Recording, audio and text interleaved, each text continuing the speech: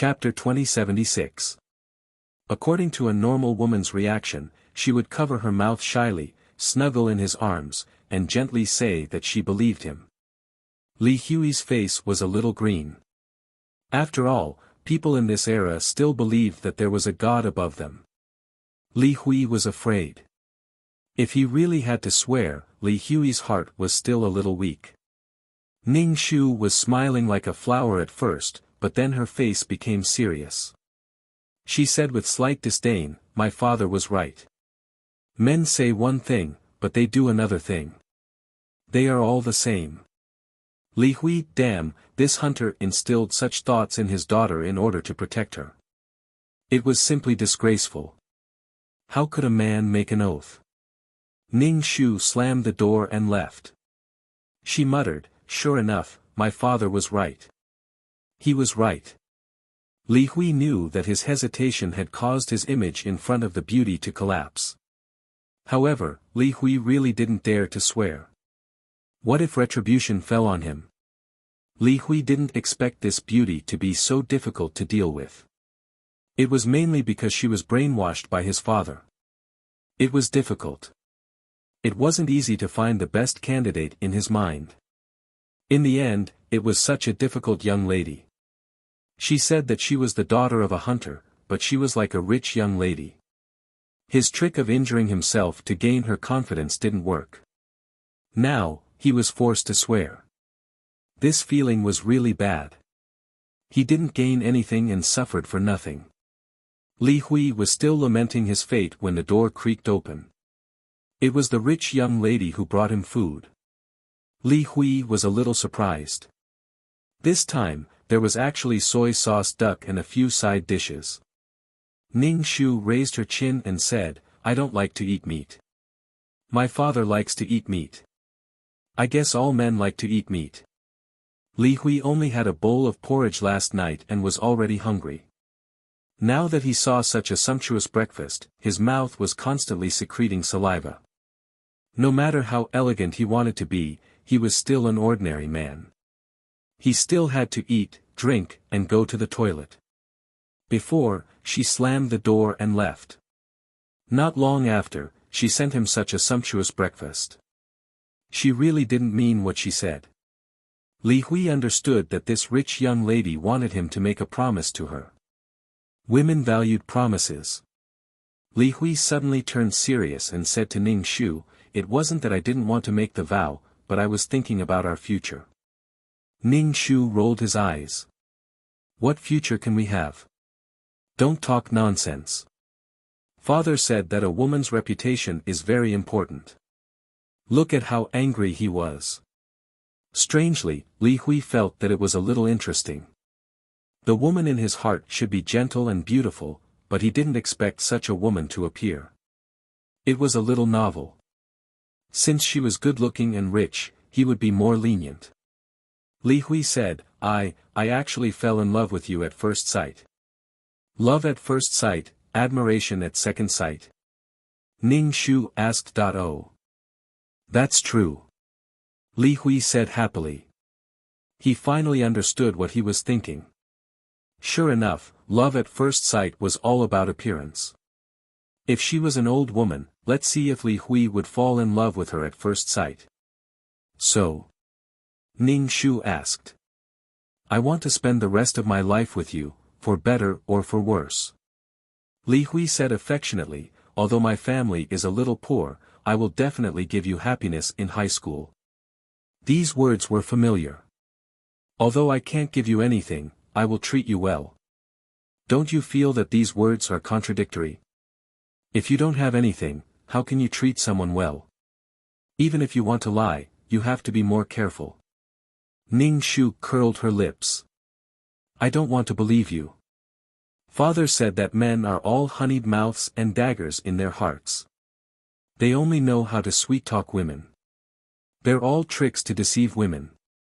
Once they've deceived a woman of everything and then abandoned her, the woman can only end her own life." Li Hui heard his father's words and his heart was numb. What did this hunter father experience and what did he say to his daughter? If he wanted to conquer this woman, he would have to completely drive her father out of her mind. Ning Shu turned around and left. He didn't expect Li Hui to be so afraid to make the vow. He originally had bad intentions, so of course he wouldn't dare to make the vow. Ning Shu wanted to know, if a human made the vow, how would the dark cloud above her react? After that, Ning Shu sent delicious food for 3 meals a day. Each meal was more luxurious than the last. Chicken, duck, fish, and even bird's nest. Li Hui had never seen these things before. These were all food eaten by rich families. He didn't expect that he would be able to eat these things after getting injured. Thus, Li Hui began to indirectly ask Ning Shu where these things came from and why he didn't prepare such delicious food for him. Ning Shu said indifferently, "There are plenty of them at home." When Li Hui heard this, he felt as if a gold ingot had been smashed on his head. He almost fainted from joy. He then asked why there were so many things at home and how many there were. Ning Shu replied, "These are all left to me by father. There are several boxes." She then proudly said, "They take up so much space." Li Hui at this moment, Li Hui felt that he should still thank the hunter father for leaving so many good things for his daughter without knowing it. He reckoned that the hunter wasn't a simple person. How could an ordinary hunter save up so much wealth? The hunters in their village only hunted rabbits and pheasants. How could they save up so many boxes of wealth? Fortunately, the hunter father had died long ago. Li Hui suppressed the excitement in his heart and said in a sad tone, "I was rude. I'm not worthy of you." Ning Shu nodded seriously. "Father also said that there are very few men in this world who are worthy of me. He told me not to be easily cheated by men. Father said that if a man cheated me, I should learn from Du Shenyang and sink the treasure chest. But I shouldn't commit suicide." Li Hui wanted to drag the hunter father out and whip his corpse. He thought that she was an otherworldly woman without parents. Who knew that her father had such a great influence on her? Now, Li Hui's mind was filled with the words, "Father said, Father said, Father also said." It was like a curse that was churning in his mind. This was a test, a test. How could he gain this woman's trust and remove the suspicion and vigilance in her heart? Li Hui took a deep breath, raised his hand, and raised his finger. He solemnly swore, "I'm Li Hui. Miss, what's your name?" Ning Shu said, "Wenhua." She had many aliases. "I have treated Lady Wenhua with all my heart. I will definitely not let her down in this life. If I violate this oath, I will be punished by the heavens and earth. I will not have a good death." As Li Hui spoke, his lips were trembling. After swearing the oath, his entire body collapsed. Ning Shu looked up at the dark clouds in the sky. There seemed to be lightning flashing. She didn't know if the lightning was going to strike her or Li Hui. However, Ning Shu saw that some of the purple luck on Li Hui's body was taken away. Chapter 2077. Falling in Love with You, Transmigrating Canon Fodder. Female supporting character. Counterattack. A person's luck was divided into several types. Ordinary people and mediocre people would see white luck above their heads through the luck-gazing technique. White luck was the most common and also the most common. Society was made up of ordinary people. If there was red and white, then they would live a better life than ordinary people through hard work. If it was red, then they would not have to worry about food and clothing for the rest of their lives. They would be born into a rich family. If there was purple and red, then they would be a noble person and an extremely high official. As for purple luck, purple chi from the east, that was the luck of an emperor. Luck was a rather mysterious thing.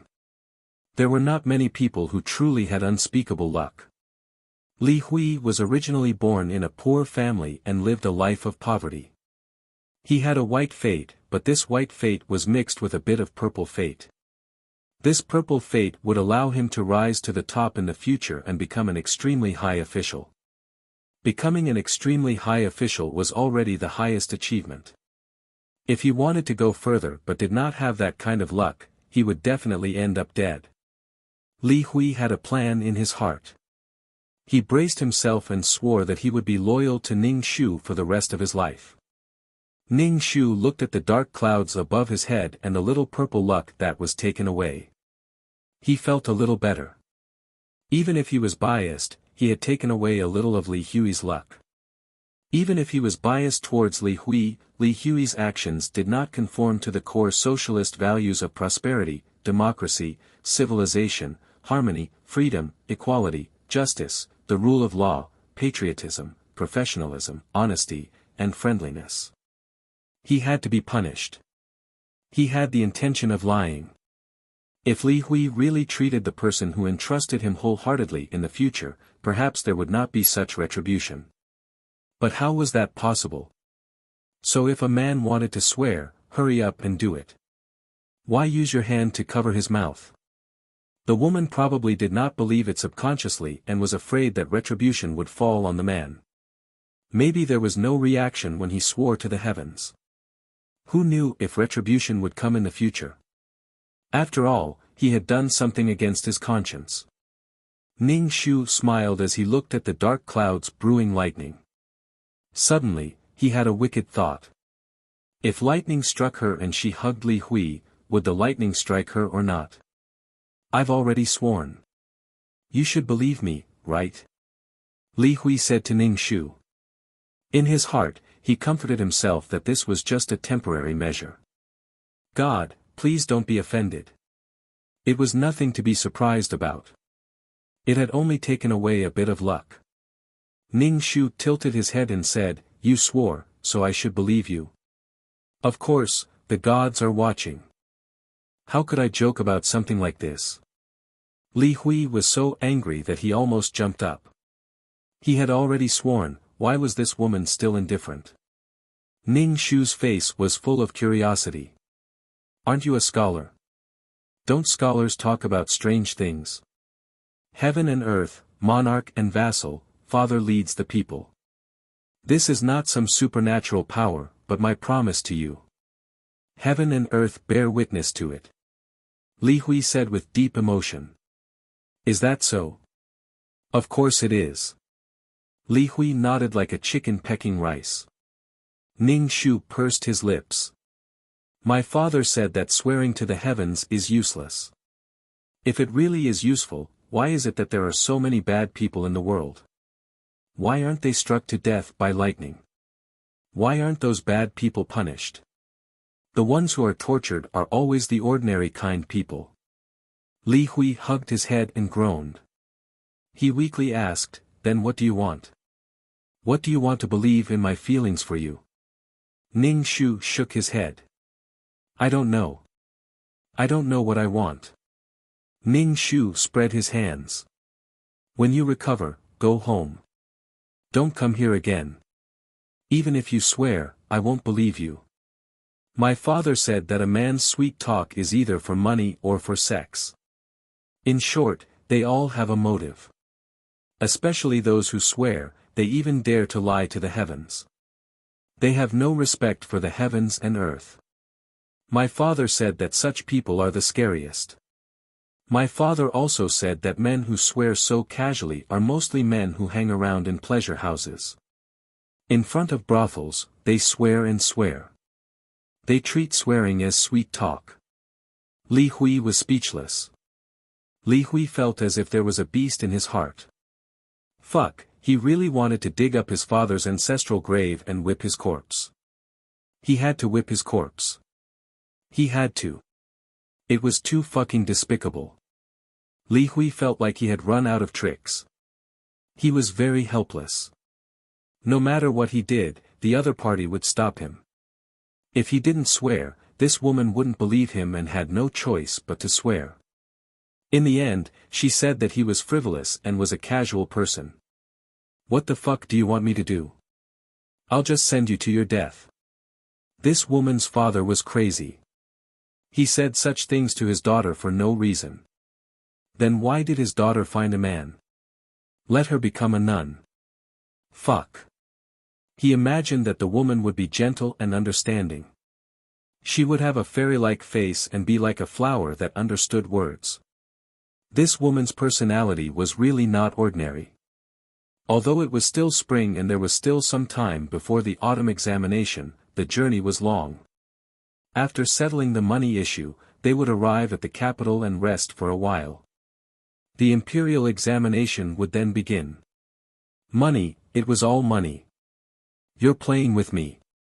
Li Hui gnashed his teeth as he spoke. His expression was somewhat fierce. Ning Shu took a step back and looked at Li Hui with some horror. Li Hui realized that his reaction was a little too big. He immediately restrained his expression and said, "Miss, don't you think that a lot of what your father said is nonsense? Do you want to live by your father's words for the rest of your life? I care about you. I'm willing to do anything for you. I'll even swear and bet my life. Men are not like what your father said. People are divided into good and bad. Women have bad people and men have bad people. But women have good people and men have good people." Li Hui wanted to take the opportunity to correct Ning Shu's thinking. This dead father was the biggest obstacle. He was already dead, but his existence was still so fucking strong. Ning Shu said, "My father said that a man's love can be extricated, but a woman's love cannot be extricated. Men can extricate themselves more easily than women, but women can't extricate themselves. Men love their wives, but women value their ex-husbands. My father said that I can't entrust myself to a strange man. Moreover, it's a man I don't know about." Fuck, Li Hui wanted to curse out loud. He casually mentioned the Book of Songs. What ghost hunter? It must be a rich person hiding in the deep mountains. Otherwise, how could an ordinary family raise such a woman? Ordinary peasant women had to work every day, face the earth and back to the sky. Their hands were rough and their faces were dark. They wore dusty clothes and had rustic faces. This Wenhua grew up spoiled and did not eat the food of mortals. She had never suffered and did not know the difficulties of life. I'll endure. Chapter 2078. Falling in love with you, transmigrating canon fodder female supporting character counterattack. Ning Shu didn't know why Li Hui had to use his feelings as a bargaining chip. Even if he needed money, he could borrow it and return it when he was successful in the future. Not only did he want money, but he also didn't want to return the money. So he used this method.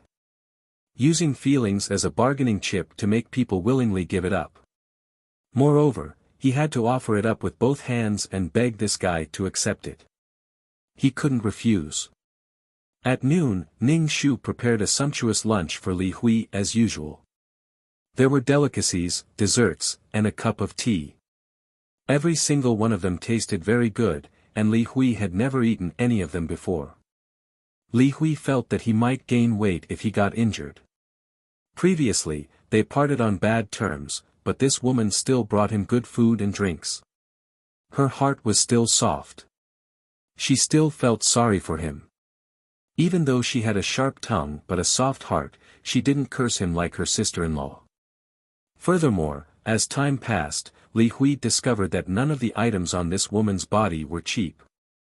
Even an ordinary jade hairpin that looked very ordinary, upon closer inspection, was more beautiful than if it had been carved with just a few strokes. Furthermore, the jade was translucent. The fabric on her body was also excellent. Even though it wasn't embroidered with flowers, it was very elegant. She looked like a fairy from the mountains. Not only were there fairies in the mountains, but there were also demons. However, this woman didn't look like a demon. It was said that demons ate humans. Living in the deep mountains and forests, where did all these food come from? Li Hui asked, "Did you buy all these things?" Ning Shu shook his head.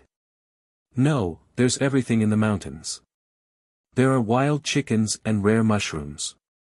As for things like bird's nest, my father bought it in the past. I don't like to eat it." Li Hui, every time he heard such words, it was a critical hit. He didn't like to eat bird's nest. He didn't like to eat delicacies. This feeling of being flaunted was really vexing. Very vexing. In the past, he ate coarse chaff and wild vegetables.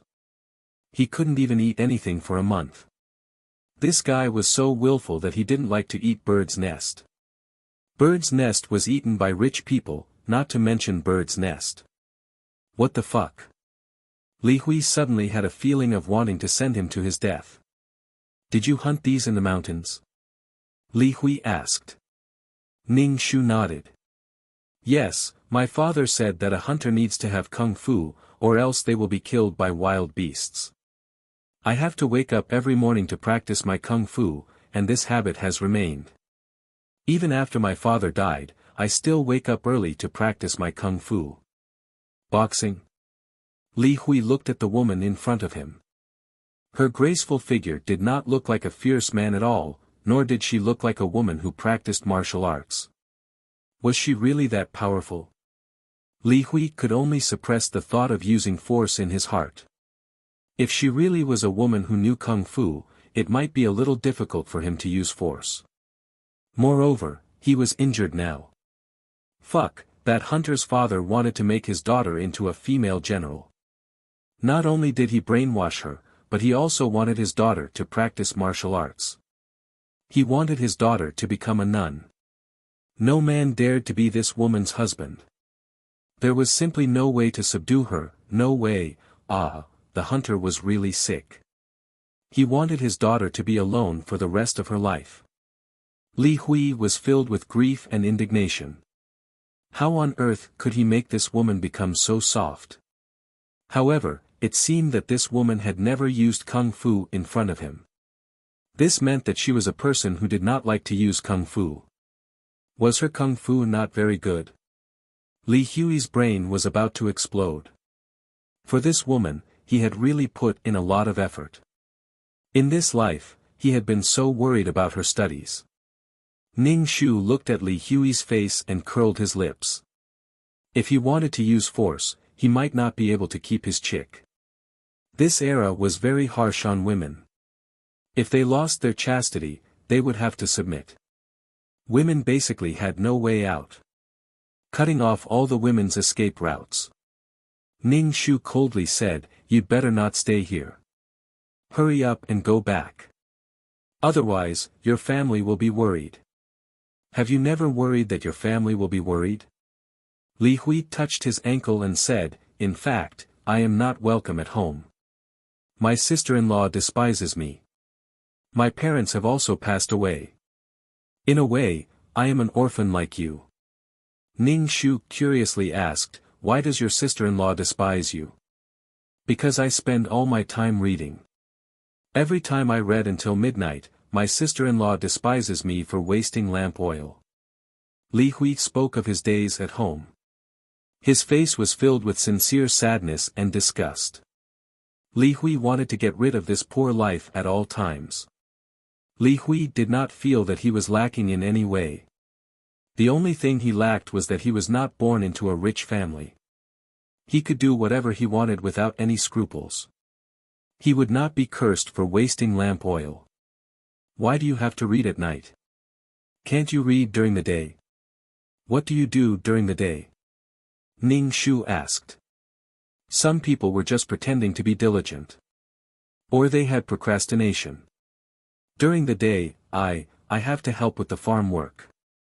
Li Hui said. Usually, he would attend some poetry gatherings. These gatherings were organized by scholars or held by the town's famous people. However, Li Hui would not say that he was going to attend a banquet at this time. Ning Shu grinned. My biggest goal is to stand out and achieve something in this world. However, because of my family, I can't jump out of this swamp. Li Hui looked at Ning Shu affectionately. Then, I have to find a beautiful wife to spend the rest of my life with. Ning Shu said directly, my father said that one cannot be too greedy. Otherwise, one will lose even more. Li Hui was speechless. The hunter who had lost his mind had also trained his daughter to lose her mind. Shouldn't women be demure, virtuous, kind, and gentle? Instilling such rebellious thoughts in his daughter every day was really, obeying her father at home and obeying her husband after marriage. Why didn't this hunter teach his daughter the 3 obediences and 4 virtues? Li Hui only wanted to stand out. As long as he stood out, he would have everything. As long as he was in high school, he would be able to achieve something and have a beautiful and gentle wife. The landlord in the village was pot-bellied and fat, but each of his concubines was more beautiful than the last. Greedy. He was not greedy at all. He only wanted to be in high school and earn enough money to go to the capital. Currently, this woman was his hope and the most suitable. No parents, no family, no clan. It meant less trouble. I want to take you as my wife. It's true. I really want to take you as my wife. If it's not true, then it's like I swear, Li Hui said firmly. Ning Shu silently watched as a trace of the purple providence on Li Hui's body was sucked away. Don't swear so casually. Chapter 2079. Falling in love with you, transmigrating canon fodder female supporting character counterattack. Ning Shu said directly, you and I have only known each other for a few days, and you want to marry me. My father said not to easily get together with others. Once you're together, there's no turning back. Father, you're numb. Li Hui was annoyed to death by his father's words. What an ignorant woman. So annoying. Li Hui said helplessly, then what do I have to do to make you believe me? Ning Shu thought for a moment and said, how about this? Go and see my father. Tell him about it. Li Hui's face suddenly turned green and white. You said to see your father? Yes, to see my father, Ning Shu said. But your father has passed away, and you want me to see him? This was the rhythm of killing him. My father has passed away, and I want you to go to his grave. Ning Shu saw Li Hui's face turn green and couldn't help but grin. Li Hui let out a sigh of relief. Fortunately, he wasn't being sent to see his dead father. Well, when I'm better, I'll go visit uncle. Wenhua, I'm sincere to you. I'll make it clear in front of uncle's grave. Li Hui said confidently. Since she was willing to let him see his father-in-law, did it mean that she still had him in her heart? Li Hui, who was previously depressed, finally let out a sigh of relief. All the arrogance from before was to test him. Now, he had passed the test. Li Hui's heart leaped with joy. Perhaps he could sleep on a soft bed with a warm blanket filled with fragrance. Li Hui coughed. He had been waiting for Ning Shu to ask him to go to the room. But when the sky turned dark and the weather turned cold, Li Hui put on the silky smooth blanket and waited for Ning Shu to ask him to go to the room. Li Hui, this woman, how could he let him into the room? In the end, it was all because of his father, the hunter, who said that strange men were not allowed to enter the room. In the end, this woman was also stupid and kept following the rules. Li Hui felt that he was really unlucky. He really didn't succeed in anything he wanted to do. Did he have to wait until he performed well in front of the hunter's father's grave to pass? Li Hui tightly wrapped himself in the quilt as he thought about what kind of words he could use to appear sincere and move a woman's heart. As for his father, Li Hui didn't care at all. He was just a dead man facing a grave. In the following days, Ning Shu took care of Li Hui. Whenever Li Hui caught Ning Shu, he would confess his feelings to her. Ning Shu's heart didn't waver at all. He changed the dressing on Li Hui's ankle and infused some spiritual energy into it. Lying here every day was a little annoying. Li Huidu stared at Ning Shu with a burning gaze, reciting a magnificent poem to praise Ning Shu's beauty. Ning Shu only grinned. In any case, Li Hui was racking his brains to please Ning Shu and win over Ning Shu's heart. When his ankle could walk, Li Hui also helped to do things. He went to the vegetable field to pull weeds and helped with everything. He was honest and well-behaved and didn't ask to sleep in the room. He even wanted a high bed and soft pillow. He even wanted to press Ning Shu under his body. Once he had a woman's body, he would have everything. But in the morning, when he saw Ning Shu actually practicing boxing, the wind from his punches whistling, he suddenly didn't dare to be rash. He was really compromising. But if it wasn't because of love, he had to use the name of love. Was it fun? Ning Shu prepared a set of high-quality light green men's clothes for Li Hui. There was a jade pendant on his waist and a transparent jade hairpin on his head to tie up his hair. Wash up well. Tomorrow I'll take you to see my father. Ning Shu put the things in the woodshed. Okay. Li Hui smiled at Ning Shu, appearing very affectionate. His eyes were shining brightly. But Ning Shu still didn't show any signs of shyness, making Li Hui feel very frustrated. Did she not understand the feelings between men and women, or did she not like him at all? Li Hui was very concerned about this matter. Although he didn't have a very pure purpose, but when the woman didn't love him, Li Hui still felt very uncomfortable. After Ning Shu left, Li Hui touched the clothes in the tray. It was smooth to the touch. At first glance, he could tell it was high-quality silk. The color was good and the embroidery was excellent. The most important thing was that the clothes weren't red and green like the nouveau riche. Instead, it was extremely elegant and light-colored. This woman's eyesight was very good. Her inner clothes were made of soft cotton, and her shoes looked soft at first glance. There was even jade. Even the young masters of the big families in town didn't have this standard. This town wasn't very rich. The people in the village were even poorer. Every day, they faced the yellow soil and back to the sky, just to have a bite to eat. They wore coarse hemp clothes. Now he was wearing hemp footwear. Now, he was eating delicacies every day, wearing silk and satin, and carrying jade. This was the life he had always wanted. This was exactly what he had been dreaming of all this time. The next day, Ning Shu took Li Hui to the graveyard. After dressing up, Li Hui looked very elegant, just like the young master of a rich family. Wearing the brocade clothes, Li Hui seemed to have gained a lot of confidence. When he faced Ning Shu, he smiled evilly. Ning Shu replied with an evil smile, "Have you thought about how to tell my father?" "I have already thought about it. He entrusted you to me in the underworld." Li Hui opened his folding fan and slowly fanned himself. He had a charming capital. Ning Shu didn't say anything. He carried the basket and brought Li Hui to a grave. He took out the incense, candles, and paper money. After lighting the paper, Li Hui directly knelt in front of the grave. He pointed to the sky and swore, "Uncle, if I betray Wenhua in this life, I will be abandoned by heaven and earth. I will die a horrible death." Ning Shu raised his eyebrows and looked at the dark clouds in the sky. The dark clouds were brewing lightning. Another trace of purple luck was taken away from Li Hui's body. This was Li Hui taking the initiative to swear. He probably felt that after swearing once, the second time would be easier. Without another word, he knelt down and pointed to the sky to swear. Besides, swearing wasn't a big deal. Nothing happened. The period of recovery was the best period of Li Hui's life.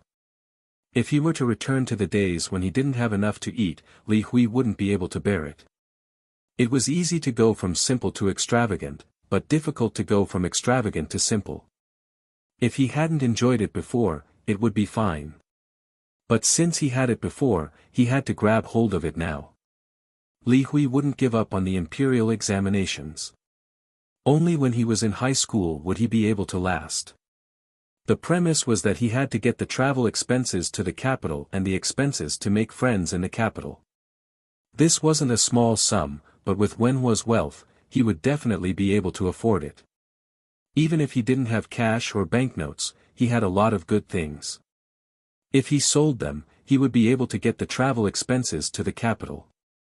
The premise was that this girl was willing. Otherwise, he would really sink the treasure chest. Chapter 2080. Falling in love with you, Transmigrating canon fodder female supporting character counterattack. After thinking this through, Li Hui knelt in front of the grave and swore. Those who achieved great things did not care about trifles. It was just an oath, a temporary predicament.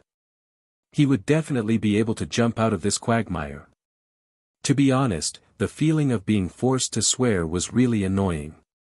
It was because of his surroundings, because his parents had died early, because his brother and sister-in-law were not devoted to him, and because his family could not take out the money.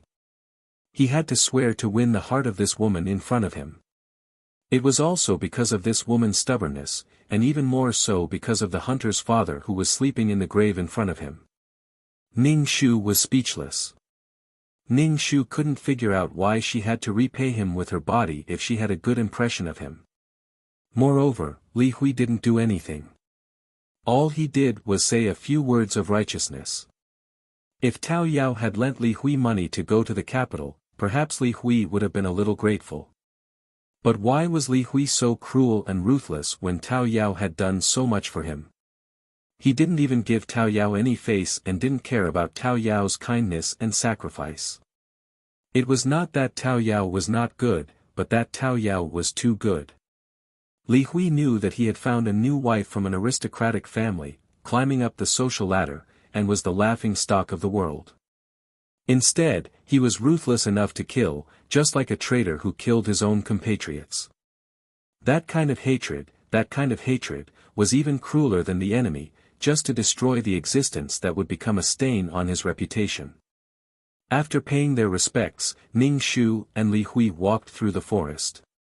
Li Hui said to Ning Shu, "I may have to leave for a while.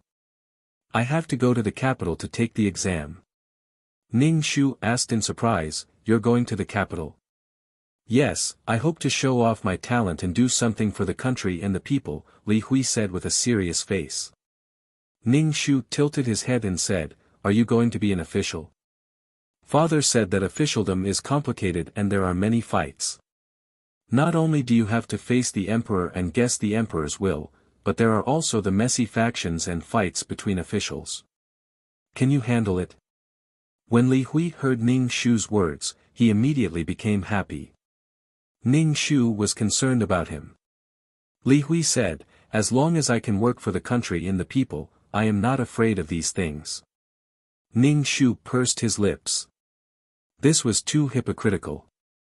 Even the emperor used beautiful women and wealth to encourage students to study hard. A rich family does not need to buy fertile land, there are thousands of millets in the book. A peaceful house does not need to be built, there is a house of gold in the book. Do not regret going out without a chaperone, there are many carriages and horses in the book. Do not regret marrying a wife without a good matchmaker, there are beautiful women in the book. If a man follows his life's aspirations, he will diligently study the 6 classics in front of the window. At that time, studying and passing the imperial examinations was an excellent way out of life. Only after passing the imperial examinations could one obtain wealth and beautiful women. If he had to talk about serving the country and the people, how many people could have such integrity? At the very least, Li Hui did not have such integrity now. As for whether he would serve the country and the people in the future, it was not clear. A selfish and cold person, it was a little difficult to serve the country and the people. Ning Shu did not have the mentality of looking at an idol like Tao Yao. He did not have the filter of a fan. Li Hui's words could leave a radiance in Tao Yao's heart. After all, Tao Yao was half a Buddhist disciple and had a merciful heart. However, Ning Shu clicked his tongue. A treacherous official could cause unrest in the imperial court and make the people unable to make a living. Ning Shu asked, "For the country and the people, there are naturally people in the imperial court who worry about it. For the matters of the world, there are naturally people who worry about it. One less Li Hui would not affect it much."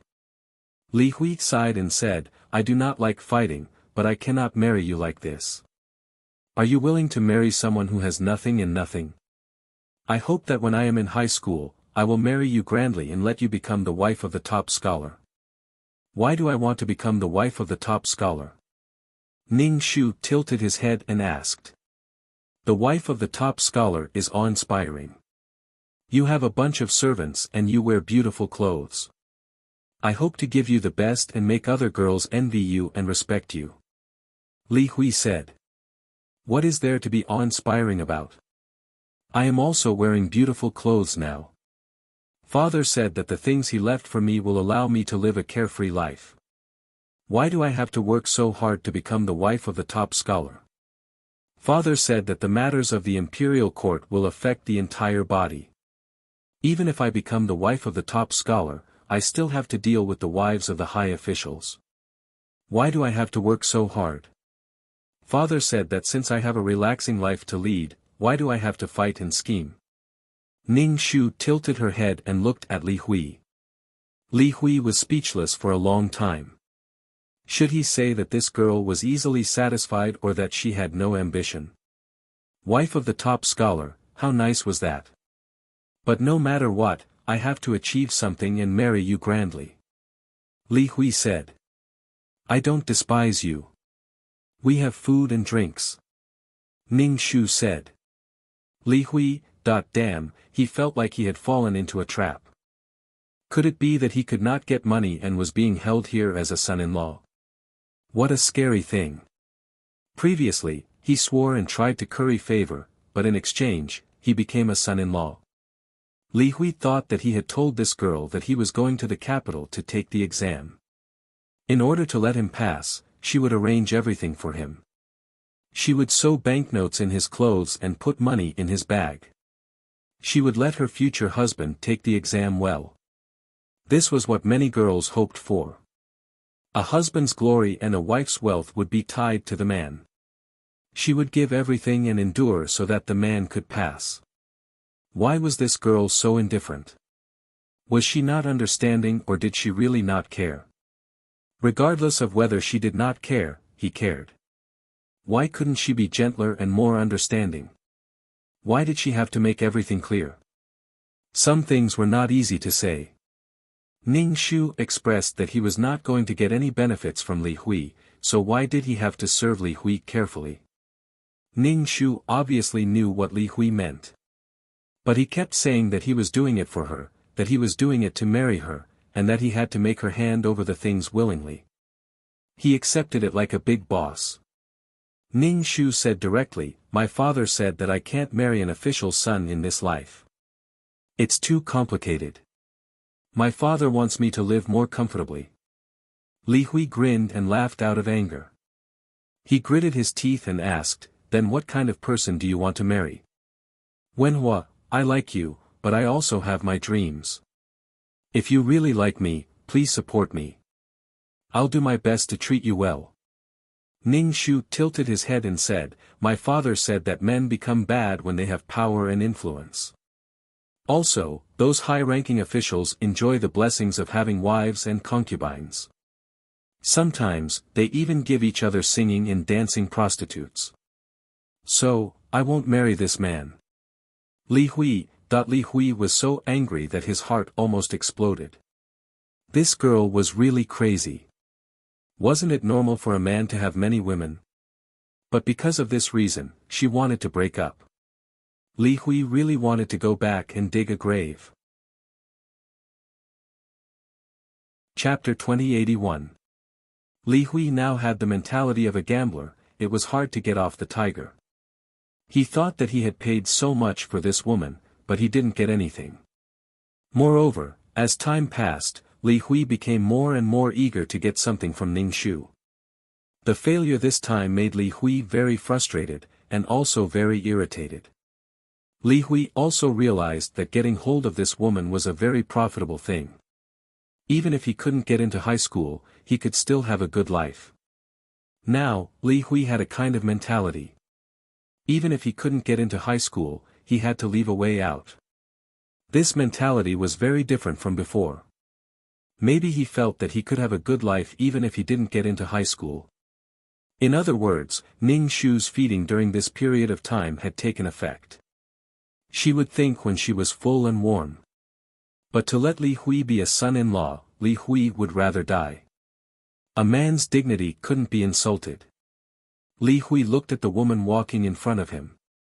She had a graceful figure and hair as black as ink. Walking in the mountain forest was very relaxed. Her steps were so relaxed that it was as if she was dancing. This woman was really beautiful and also like a fairy. It was just that people couldn't resist her.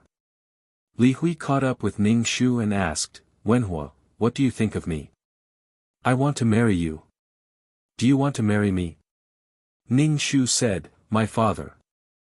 "Okay, I know what you mean. Basically, it was my father who said 4 words at the beginning, which was what he didn't want to hear." Ning Shu laughed in his heart. "Since you don't want to hear it, then forget it. But if you want to get money from her, that's impossible. Eat my food, use my things, spend my money. Even if you pass the exam, you still want to kill me and make me into a talisman. You take all the good things in the world."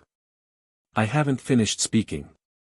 Ning Shu raised his eyebrows and said with a bit of displeasure, interrupting others, "Is this the etiquette of a gentleman? I know that uncle has a very important place in your heart, but do you know that your father is already dead?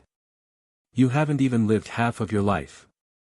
Are you going to guard the thoughts that your father instilled in you for the rest of your life?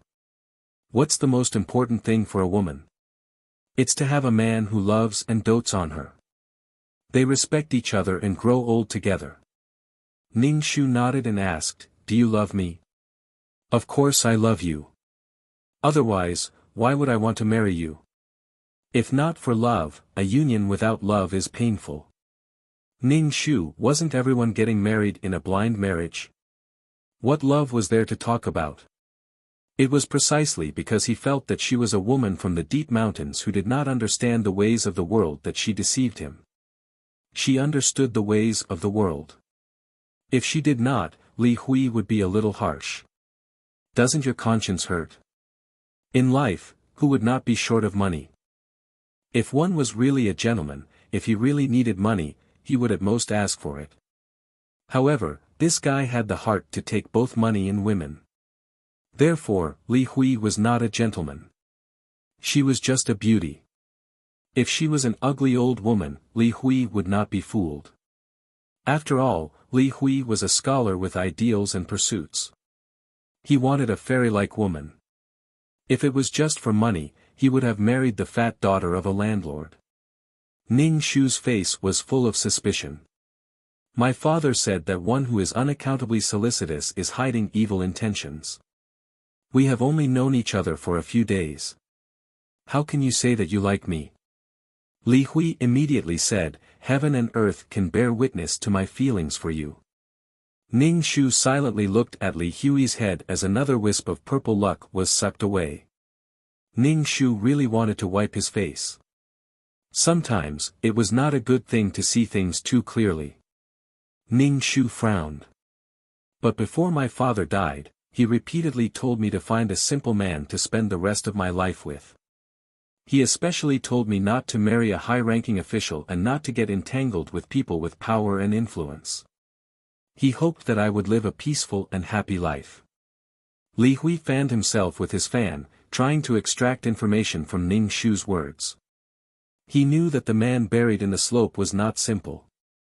He seemed to be experienced in worldly affairs and was extremely wealthy. Perhaps he was a court official who had resigned from his position and lived in seclusion. If that was the case, marrying this woman might give him unexpected political resources. In life, no one can stay out of trouble. You may think that you can get rid of trouble, but trouble can still come to you. The way to change your fate is to face it head-on. You are not an ordinary person. Do you want to spend the rest of your life in this desolate place? Yes, I plan to spend the rest of my life in this place. Li Hui took a deep breath. I will endure it. It was probably because she had spent her childhood in the mountains and forests. The outside world did not have much influence on her. If she did this outside, she would probably be drowned in a pig cage. My father said that I will find a man who is sincere to me and spend the rest of my life peacefully. Those glory and splendor may seem noble, but you need to work hard. Moreover, men have no choice in politics. There are all kinds of temptations. Ning Shu said. Do you think that I don't know how I feel about you? If I am in high school, I will only have you as the wife of the top scholar. I promise that I will not marry a concubine. Li Hui said solemnly. Ning Shu tilted his head and looked at Li Hui's purple luck that had been sucked away. He smiled slightly.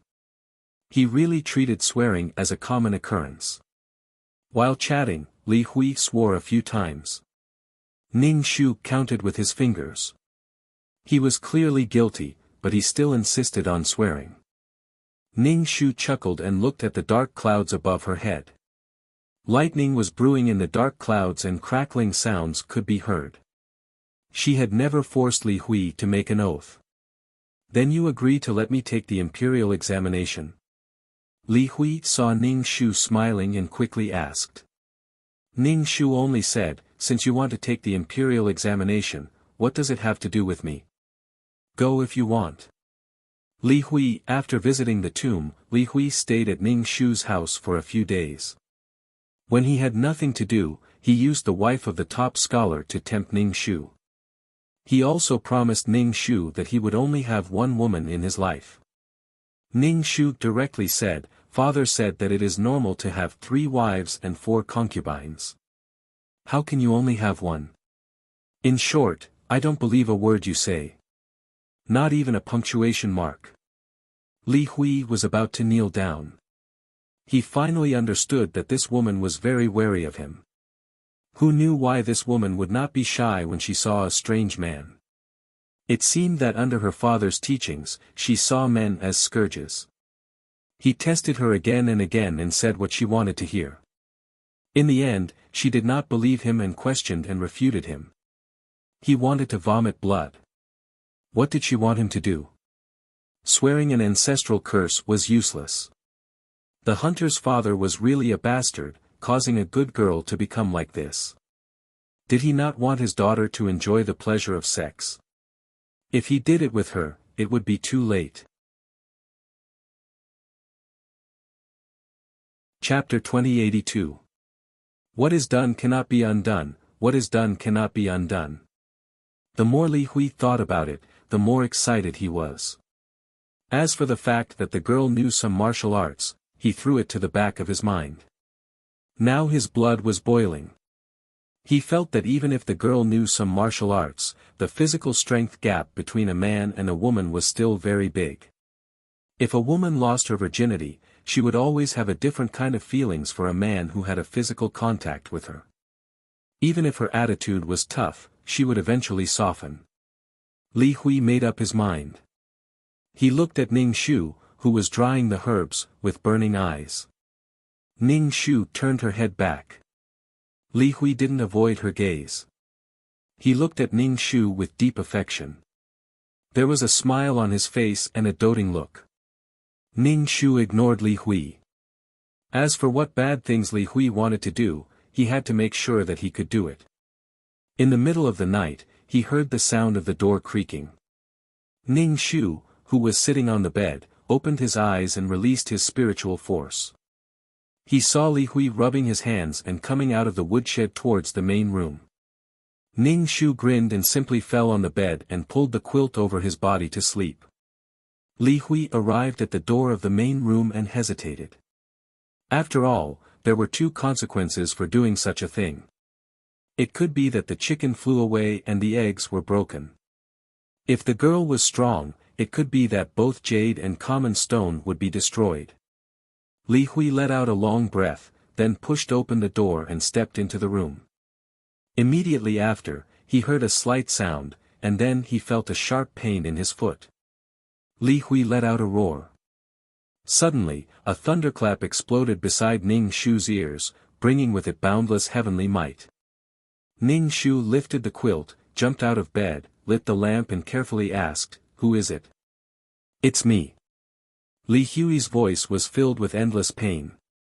He felt that his leg was going to break. Boom! Another thunder exploded in Ning Shu's ear. Ning Shu's heart was about to explode. "Your mother, obviously someone wanted to do bad things. Now you want to punish her."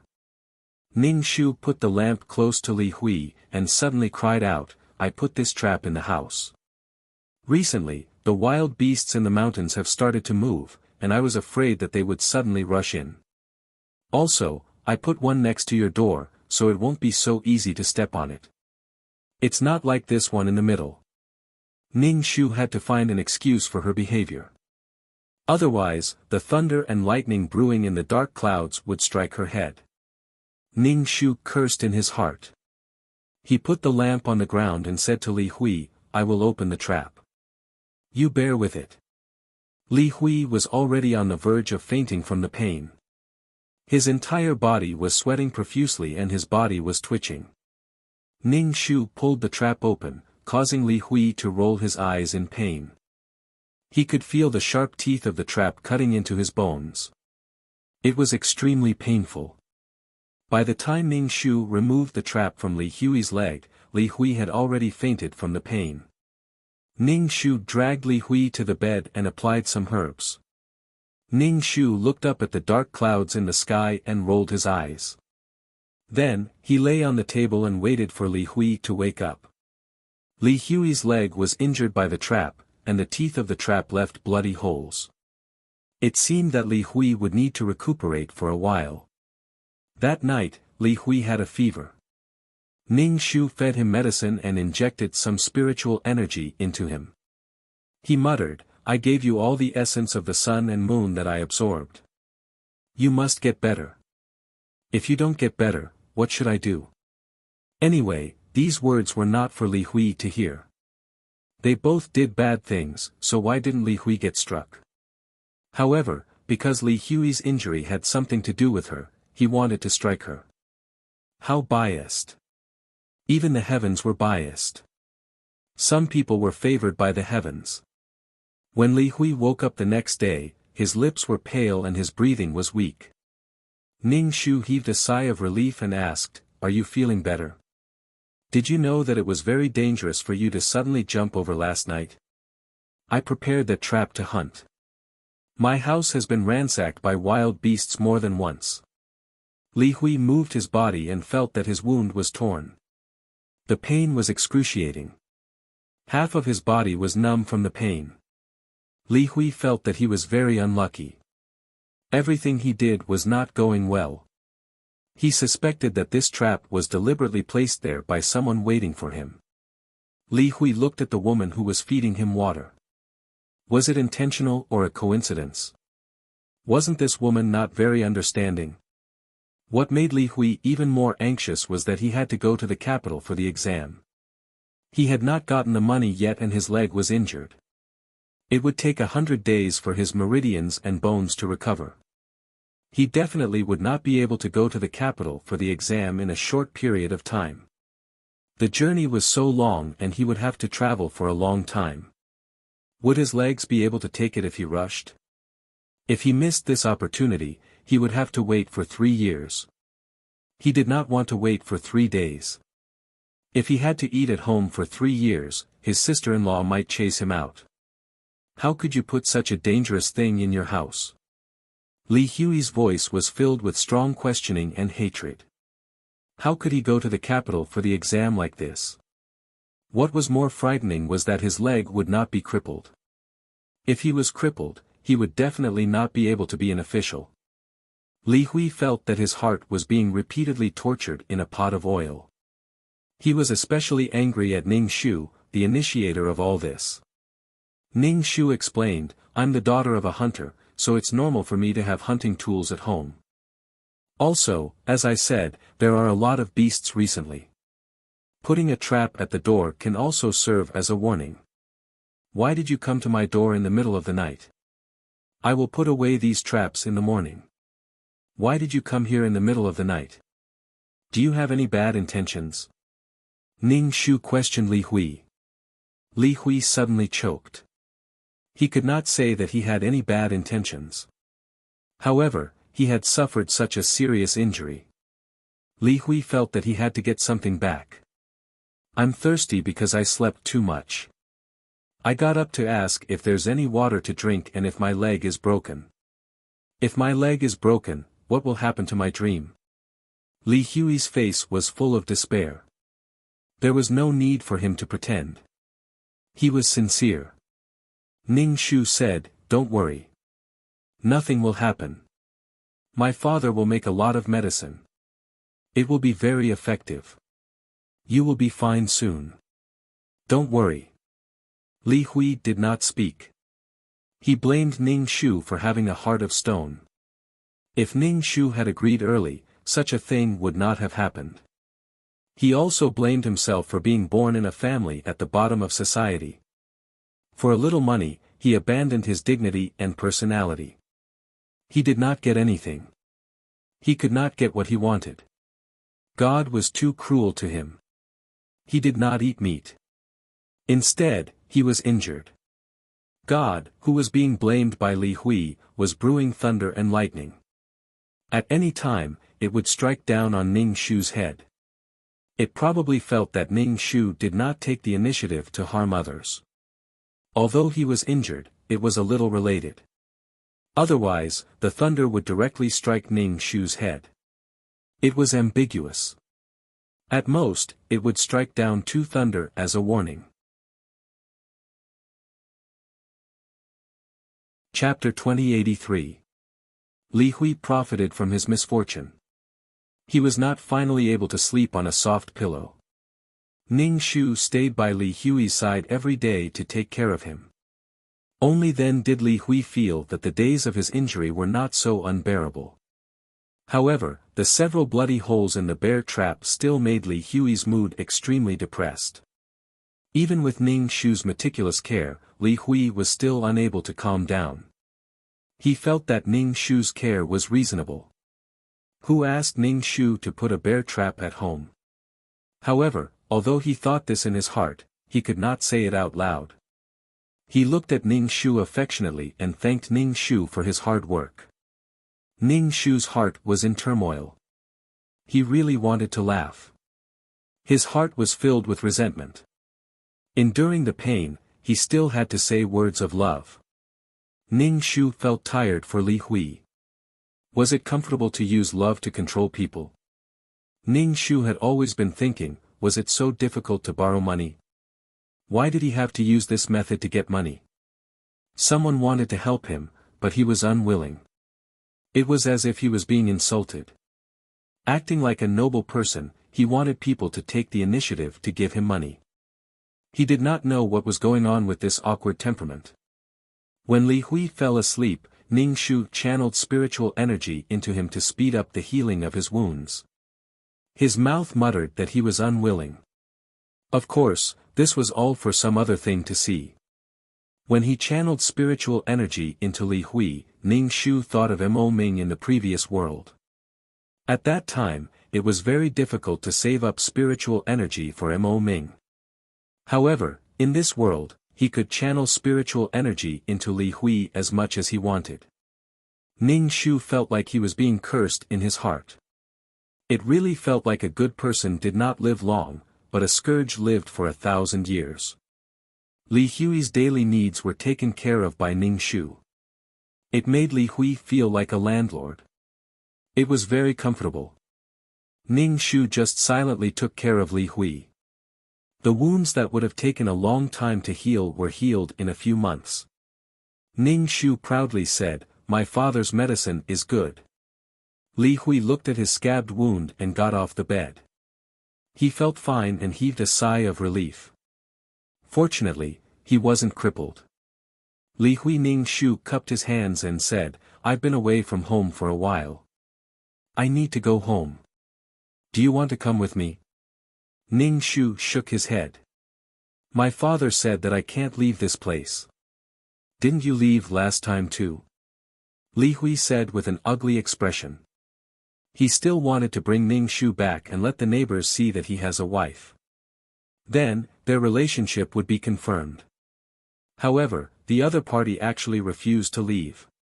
This made Li Hui very unhappy. Ning Shu said, "It was because I went out once that I knew that my father was right. I got lost as soon as I went out. I guess I have a bad sense of direction." Li Hui, seeing that you didn't get lost in the deep mountains and forests, Li Hui complained silently in his heart. He said directly, you won't get lost. I will never leave you behind. Ning Shu tilted his head and looked at the purple chi on Li Hui's head. He chuckled.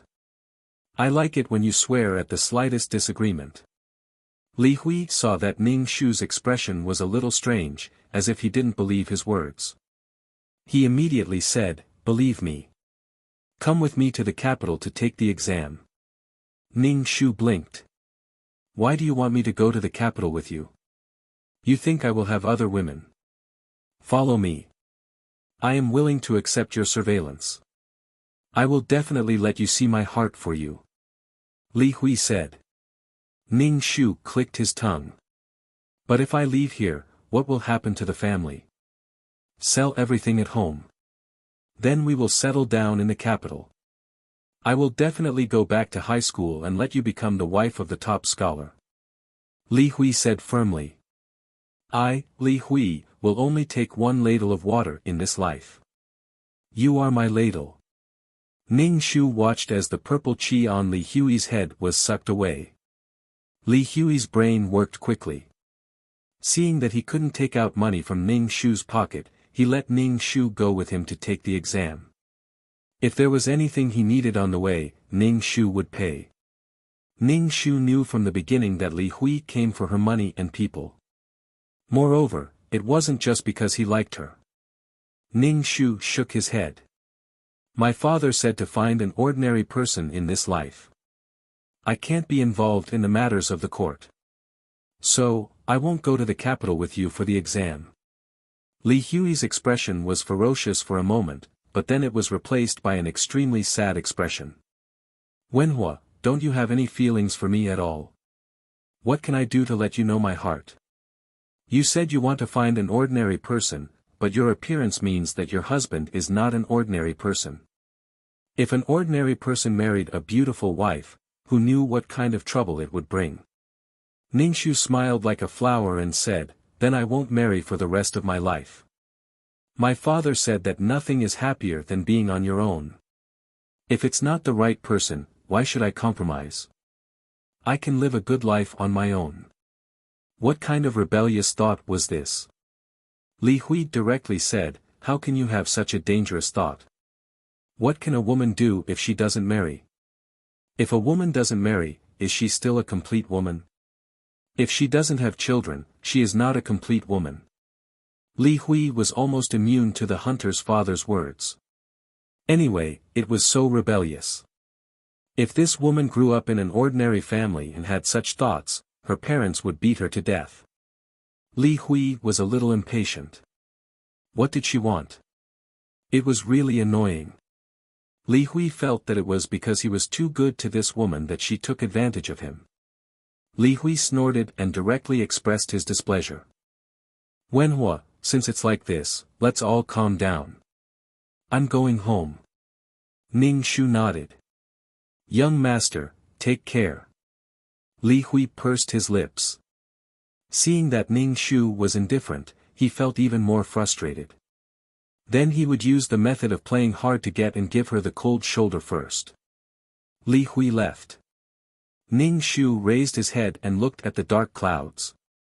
He laughed and then hummed a little tune as he entered the house. When Li Hui returned home, his brother and sister-in-law had been looking for him like crazy. A person had disappeared for a month. His brother and sister-in-law had gone to the town to report. The constables had been looking for him for a few days and were too lazy to look. He was just an ordinary person. His brother still had some brotherly feelings for this younger brother. After being missing for so long, even his bones could not be found. How could he explain this to his deceased parents? Sister-in-law did not have any feelings for this younger brother-in-law. At most, she felt that he was a freeloader who was incomparably arrogant. It was as if he would jump out of this nest at any time. This place was just a stepping stone for him. He did not have any feelings for his family. It was because of this attitude that made sister-in-law very unhappy. He worked hard without complaint and did not have the slightest bit of gratitude. He even despised people. It's not like they are your parents. They have to tolerate you. Chapter 2084. Everyone in the family thought that Li Hui was dead, but Li Hui suddenly came back in good condition, wearing brocade clothes. They were all shocked. Li Hui only said a few words to his brother and went into the house. His attitude made his sister-in-law want to scold him again. Li Hui had something on his mind, so he hid in his house every day. When he ate and saw the food at home, he suddenly felt that he was eating pig food. The big bowl was filled with boiled vegetables without oil. Seeing such dishes, Li Hui suddenly lost his appetite, and his chopsticks felt dirty. In the mountains, he ate delicious food. When placed on an exquisite plate, it was almost like a scene from a painting. Even if there was smoke and fire, it was like a poem. Li Hui was hungry, but he did not want to eat at all. He ate a little, and the taste was indescribable. He felt that the pot was not cleaned. Thinking that these dishes were made by his sister-in-law, who could cook anything, Li Hui could not eat anymore. Seeing his sister-in-law eating, he thought of the beautiful Wenhua. How could a woman eat like a hungry ghost, stuffing food into her mouth? It was so ugly. How could such a woman be called a woman? His brother asked, "Why aren't you eating? Eat some. Where have you been all this time?" "I went to the neighboring town. I was thinking of ways to raise money to go to the capital to take the exam." Li Hui did not want to look at the food on the table, so he looked away. His sister-in-law muttered that he only knew how to daydream every day, and still wanted to go to high school. He did not even tell anyone where he was going, and did not even do any farm work at home, and went to find someone. Li Hui's sister-in-law was a chatterbox, and her husband could not help but scold her twice before finally stopping. Li Hui really could not eat these things, but he did not want to listen to his sister-in-law's sarcastic words. Compared to his sister-in-law's words, Li Hui would rather listen to the beauty talk about his father. At least her voice was pleasant, and she was beautiful. Li Hui endured his hunger, and the next day, he took the jade hairpin and pawned it on the streets. Then he went to the restaurant to eat some delicious food, and finally he was not hungry anymore. Ning Shu continued to cultivate every day, plucking herbs from the mountains. It was good to have some herbs in hand. If she needed help, she would save them. After all, she was a disciple of the living Buddha. Ning Shu counted with his fingers. It seemed that Li Hui had not appeared for a while. Could it be that Li Hui had given up? He could give up on a beauty, but he couldn't give up on his own future. Counting the days, Ning Shu felt a little strange. Could it be that something had happened to Li Hui? Or did something happen that she didn't know? Ning Shu transformed into a monk and went down the mountain to beg for alms. When he arrived at Li Hui's house, he scanned Li Hui's house and realized that Li Hui was not home. If he wasn't at home, it meant that he had gone to town. Sometimes, Li Hui would go to town to attend some banquets. However, the weather was gradually getting hotter. Li Hui was more anxious than anyone else, but it was not normal for him to not look for her for such a long time. Ning Shu went to town and took some herbs to the medicine hall to sell. With some money, he bought vegetarian buns to eat. Otherwise, he would go around begging for alms. After staying in town for a few days, Ning Shu saw Li Hui walking with a girl on the night of the river lanterns. Their behavior was somewhat ambiguous. What surprised Ning Shu even more was that this girl had a servant girl by her side. Ning Shu had seen this servant girl before. She was the one who gave Ning Shu a copper coin and some snacks. Of course, it was because of her young miss's orders. Ning Shu sized up this young miss. She seemed to be a gentle girl. Her appearance and behavior were good. At a glance, he could tell that she was a young miss from a rich family. Li Hui looked at this young miss with deep affection. It was similar to when he looked at Ning Shu. Was he looking for Yunbei Tai? If he couldn't get money from one girl, he would get money from another girl. It was the same trick. However, the young miss in the boudoir clearly had not experienced such things. Being looked at by Li Hui with a burning gaze, 2 red clouds floated on her face. She looked very shy. Most importantly, when she lowered her head, there was a touch of shyness and gentleness. Young Miss Wang's actions made Li Hui regain some of his self-confidence. This was a normal girl. As for the one on the mountain, she was otherworldly. She had not been taught by her family. Naturally, she did not know the virtues of a woman. She did not know the 3 obedience and 4 virtues. She did not know how to be gentle and virtuous. The servant girl looked at the young miss and the talented young masterly walking in front. She sighed in her heart. The young miss and young masterly met at a poetry competition. The young miss said that young masterly was overflowing with talent. This time, it was not easy to come out to admire the lanterns. She had to follow behind the young miss and young masterly. She could not admire the lanterns properly. The servant girl pursed her lips. Li Hui won a beautiful lantern for young Miss Wang by guessing the riddles. This made young Miss Wang, who was holding the lantern, smile like a flower. She was even more beautiful and gentle. Ning Shu smiled faintly. Li Hui's method of deceiving young girls in their boudoirs was more or less successful. This kind of story between a poor scholar and a young miss was like the story of a scholar and a seductress. It was very common. A talented scholar and a beautiful woman were a match made in heaven. Ning Shu suddenly thought that if he suddenly appeared in front of Li Hui, Li Hui's expression would be like he had seen a ghost. Ning Shu thought about it and directly changed into Wen Hua's appearance. He walked to Li Hui's side and saw that Li Hui was holding something. He took the initiative to snatch the thing in Li Hui's hand. After being snatched, Li Hui's heart sank. His expression was not good. He turned his head to look at the person who snatched his thing. Li Hui's expression immediately froze. That expression was similar to seeing a ghost in broad daylight. His face twitched and he suspected that his eyes were playing tricks on him.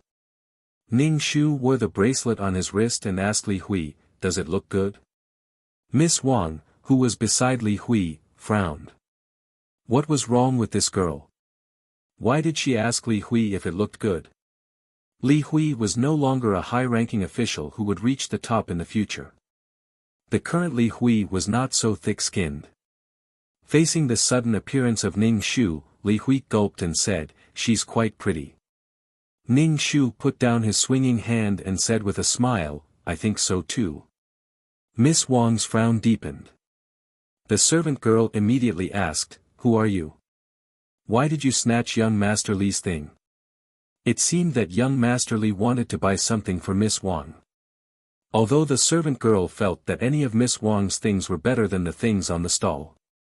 Ning Shu tilted his head and said, "Because I like it. This young master did not pay for it. Why can't I take it?" Li Hui saw that Ning Shu did not expose him, did not say that she knew him, and did not make a scene on the streets. Li Hui felt that she was quite sensible. "Young master, don't you think so?" Ning Shu asked Li Hui. Ning Shu looked at Li Hui with a smile. Chapter 2085. Li Hui was scared out of his wits by the sudden appearance of Ning Shu. His heart was pounding non-stop. He felt as though he had been caught in the act. He was also afraid that both parties would lose everything. "Young master, you haven't answered my question. Have you paid for this?" Ning Shu asked casually. Li Hui said bitterly, "That's true. But miss, I'm buying this as a gift. I hope you can give it to me." Li Hui's back was facing Miss Wang. He looked at Ning Shu with a burning gaze. It was as though he was buying this for Ning Shu, but he was also hinting at Miss Wang. Miss Wang's face flashed with a hint of shyness. Ning Shu took off the bracelet and gave the boss money. Finally, he said, "What should I do? I like it too much. I'm sorry." Ning Shu sized up Li Hui. Then, he picked up a jade pendant and said, "Young master, you are dressed in fine clothes, but you don't have a jade pendant on your waist. It doesn't match." Li Hui's face flashed with embarrassment. The jade pendant and jade hairpin that matched his clothes had been pawned. "Thank you for the reminder. I left this jade pendant at home." As long as the other party didn't expose him, he was happy to act in front of Ning Shu. Ning Shu chuckled. Then, he said to Miss Wang, "I'm sorry for snatching what he wanted to give you. But there are many things here. Miss will definitely like them." "Miss Wang, how do I respond to this?" She just felt that Li Hui was overflowing with talent. His poems were better than others. They were more exquisite than others.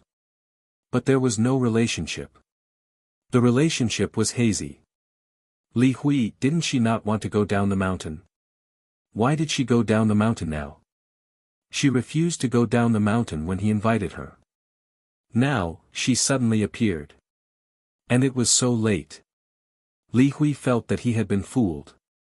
He had invited her time and time again and was rejected. But now, she came down the mountain again. Why didn't she get lost this time? Li Hui had to face one thing in his heart. This girl didn't love him that much. If she really loved him, she would have given her all. She didn't want to make things difficult for her lover. But this girl had already made things difficult for him countless times. Seeing him with another woman, how could she still be so calm? Shouldn't she feel sad? Or should she make a fuss? Even if she did, it would prove his charm. Ning Shu disappeared into the crowd like a wisp of smoke. Since it was already late, he disappeared in a flash. Miss Wang asked Chao Li Hui, "Young master knows that woman?" Li Hui quickly denied, "I don't know her." However, when he was admiring the lanterns with Miss Wang, Li Hui was a little absent-minded. He would look around as if he was looking for something, afraid that Ning Shu would come out of nowhere. Li Hui felt that his heart couldn't take it anymore. Miss Wang was meticulous and could naturally feel Li Hui's abnormality. Her heart felt a little sour. Could it be that young Master Li had taken a fancy to that young lady? He didn't know which family she was from, but it was obvious that she wasn't an ordinary person. Li Hui had something on his mind, and Miss Wang also had something on her mind. The young maidservant followed behind them, somewhat confused. Neither of them admired the lanterns. In the end, they placed the lanterns on the riverside bridge, and then parted ways. Miss Wang said to Li Hui, "With young master's talent, he will definitely be able to pass the high school in the future." Li Hui smiled bitterly and shook his head. He cupped his hands and said, "It's late. Miss, you should go back quickly. It's not safe." Miss Wang immediately asked, "Young master, do you have any difficulties?" Li Hui immediately shook his head and said, "It's nothing. Miss, you should go back quickly. It's late." The more Li Hui didn't say, the more Miss Wang wanted to know. She directly said, "Young master, if you have something to say, just say it. See if I can help you with anything." Li Hui wanted to say something but stopped. In the end, he sighed and said, "Miss, you should go back in. It's not safe for a woman to be outside." Miss Wang frowned and said, "Young master, what do you mean? Is it something that I can't know? If that's the case, then I won't ask." Li Hui sighed and cupped his hands, "Miss Wang, I'll take my leave first." Li Hui turned and was about to leave, but he didn't say anything. Miss Wang twisted her handkerchief into a fried dough twist and gathered her courage to stop Li Hui. In the end, she realized that her actions were inappropriate. She retracted her arms and said softly, "Young master, is there something you're worried about?" Li Hui's appearance was not bad. His frown made people want to raise their hands and smooth it out. Ning Shu looked at Li Hui with his arms crossed. She was invisible and had been following between the two. Looking at the pure and innocent miss, Ning Shu just wanted to facepalm. Why did men keep women at home? It was because they were easy to fool. They had not seen the world, so they were easy to fool. Moreover, it was easy to control them at home. It was to prevent the woman from going out and finding out that there was a better man than him. Ning Shu looked at Li Hui playfully. Li Hui was playing hard to get. You want to know? I won't tell you. I'll let you beg me to tell you. Who would take the other seriously when it comes to playing games? Li Hui sighed. It seemed that there was some indescribable melancholy. That moment of weakness was enough to arouse any woman's maternal instincts.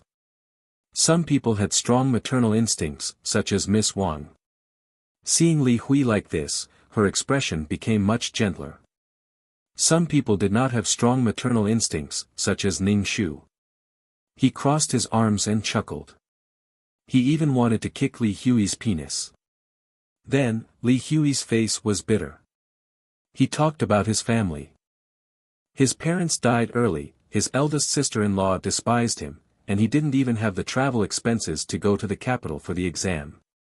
He had to muddle through the rest of his life. Then, with an apologetic face, he said that he shouldn't have said this to Miss Wang.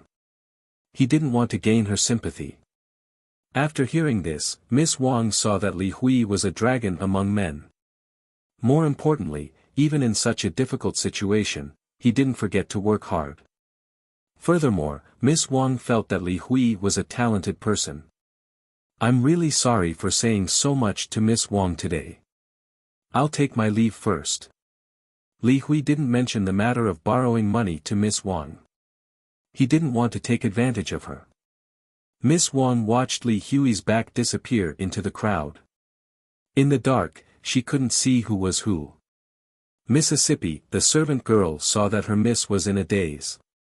She couldn't help but shout, "Miss, it's time to go back. Otherwise, Madam will be worried." Okay. Miss Wang turned and left. She even turned back to look in the direction Li Hui left.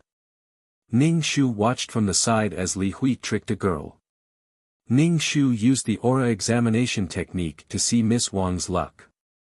Originally, Miss Wang's luck was red. But now, the red was slowly fading. The women Li Hui met not only had strong luck but also had a noble status. Otherwise, they would only end up in a miserable state. In simple words, Li Hui was the wildest horse. Ordinary women couldn't tame him.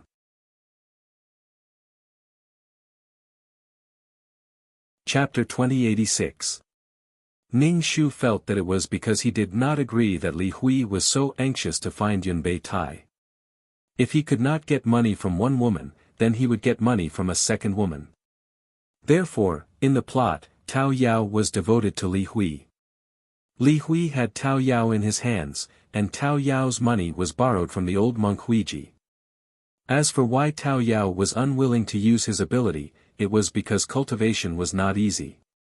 It was not easy to conjure things, and cultivation was not good.